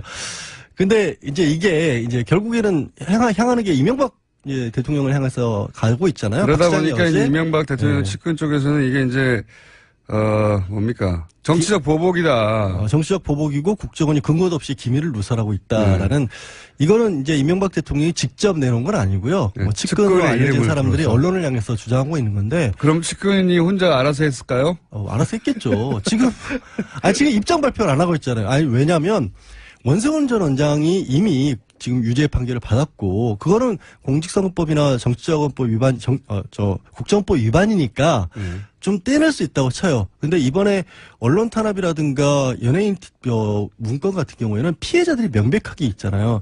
공무원의 불법 변호사님? 피해에서 평상시처럼 한 20분 시간이 되신 줄 아나 본데 빨리 앞으로 5분밖에 안 남았어요. 빨리빨리 얘기해주세요. 그러니까 말을 끊지 마세요 중간에. 그렇게 피해자들이 명백하게 있는데 중간에 자기 직속 보하잖아요. 대통령 직속 기관이잖아요. 국정원은 그 국정원에 유일하게 보고할 대상이 대통령입니다. 그렇죠. 국정원이 불법 행위에서 피해자가 나왔다라면 이거는 국가배상 책임을 져야 될 문제일 수도 있어요. 관리자 책임을 물어서. 당연히 국가배상 책임을 지금 소송도 그렇게 한다는 거예요. 그렇죠. 민사하고 형사하고 나눠서 그러면 이런 정도 상황이면 관여를 안 했더라도 설마 정말 아무 상관이 없어 원전 원장이 알아서 했더라도 부하 직원 잘 잘못했다라는 얘기는 나와줘야 되는데 대통령으로서 책임을 통감한다. 그렇죠. 뭐 이렇게. 오히려 정치 보복이라는 얘기가 나오고 있다는 거죠. 근데 기밀 누설이라는 얘기는 근거가 전혀 없는 게 현재 그 국정원에서 2개 TF가 가동 중이에요. 네. 그 개혁위가 하나 있고 적폐청산 TF가 있는데 적폐청산 TF가 지금 실제 국정원 내부의 서버들을 보고 있는 거죠. 저는 이 사건도 박 전 대통령 사건이랑 많이 유사하다고 보는데 그때 당시 컴퓨터 사용했던 것들이 메인 서버에 그대로 저장돼 있다는 것을 아마 몰랐던 사람들이 좀 있는 것 같아요. 네, 하여튼 그래서 그 메인 서버에 있는 것들을 다 들여다보고 있는데 이거는 현재 국정원장이 내부 직원들하고 외부에서 파견 나온 검사를 동원을 해서 법적 근거가 있다는 말씀이죠. 덜어보는 거죠. 법적 근거가 당연히 있다는 너무 길게 거죠. 얘기하지 마시고요. 법적 근거가 있다. 그리고 오케이. 정치 보복이냐? 정치 보복이다. 정치 보복이라면 없는 걸 만들어내거나 그렇죠. 있지도 않은 사실을 조작해서 뒤집어 씌울 때 뒤집어 보복은. 씌우거나 아니면 정말 콩알 많은 걸 가지고 정말 매주를 쓸 때 정치 보복이라고 하는데 지금은 있는 사실 그대로 나오고 있는 것 뿐이거든요. 여기에 대해서는 두 가지 다 문서만 가지고 들이대고 있고 피해자들이 나와서 내가 이렇게 피해 당했다고 하는데 그 피해가 고스란히 문서에 써 있는 계획이야. 그렇죠. 계획이 실행된 결과로 그 피해자들이 나도 당했다고 나온 거거든요. 저도 이거 지금 들고 있는 게 그때 당시 KBS 추진방안 문건인데 말들이 정말 웃겨요. 음모 분쇄, 편파방송 획책, 뭐 고강도 인적 쇄신. 그러니까 그야말로 도대체 이런 말들까지 써가면서 방송사 연예인들에 대해서 탄압을 해야 그리고 될까 싶을 MBC 정도인데. 시사방송 없애라고 하는 거 없어질 때 우리가 저거 이제 시사방송 다 없앴다라고 결과를 가지고 말했는데 이게 틀림없이 이제 정권에 불편할 방송들을 없앤 거라고 했는데 그게 계획에 의해서 실행됐다는 그렇죠. 거 아닙니까? 그게 이제 세부 추진 방안 중에 시사 프로, 시사 매거진 PD 수첩, 편파 방송 주도를 황골 탈퇴해야 된다. 손땡땡 반드시 교체. 이런 손석기 사장. 아니 손땡땡이라고 돼 있다니까 왜 그러세요? 그거는 반드시 교체 이런 식으로 돼 있단 말이에요. 언론에 배포할 때 그렇게 한 거고요. 반드시 교체 당했죠. 교체 당했잖아요. 현실로 나왔잖아요. 피해자세요 이분도. 손석기 사장님 고소고발 하십시오. 그러니까 이런 이제 남은 건 연결고리를 찾는 건데 원전 원장의 어떤 자백을 받아내거나 아니면 원전 원장이 청와대를 통하는 동안에 청와대 보고가 들어간 건 확실하니까 그 문건을 잡은 청와대 그 보고실 참모들. 근데 대통령 아마도 독대했을 텐데 독대 시에 문서를 들고 가서 주고 받고 하진 않았을 것 같아요. 근데 가능성이 있는 게요. 그거를 뭐 남기진 않았을 거예요. 근데 이거는 다른 사안입니다만 지금 김관진 전 국방장관에게 보고했던 문건들 같은 내용들이 김관진 장관에게 남아있진 않은데 누가 가서 내가 김관진 장관에게 보고했다라고 일시하고 문건 내용까지 적은 식으로 그러니까 기억이 나는 거예요. 김관진 국방장관이 대통령에 보고할 문서를 내가 들고 가서 김 장관에게 보고를 했다. 보고했고 그래서 그 문서를 들고 갔다. 네, 뭐 이런 확인했다. 식의. 이런 식의 것들이 나온다라는 거예요. 그 간접적으로. 그런 것들이 좀 쌓인다라고 한다면 늘 얘기하다시피 가리키는 정황 화살표가 너무 많고 뚜렷하다면 피할 수 없을 수도 있죠. 확인해야 되죠. 그러면 지금 양 변호사님의 추정으로 마지막 질문인데요. 네. 이명박 전 대통령이 요 사건 관련해서 소환될 거라고 보십니까? 저는 가능성이 굉장히 높아져 가고 있다. 높아져 가고 뭐 있다. 국정원 나왔고 군이 나왔잖아요, 벌써. 일단 근데 이제 그 민사 형사를 이 피해자들이 다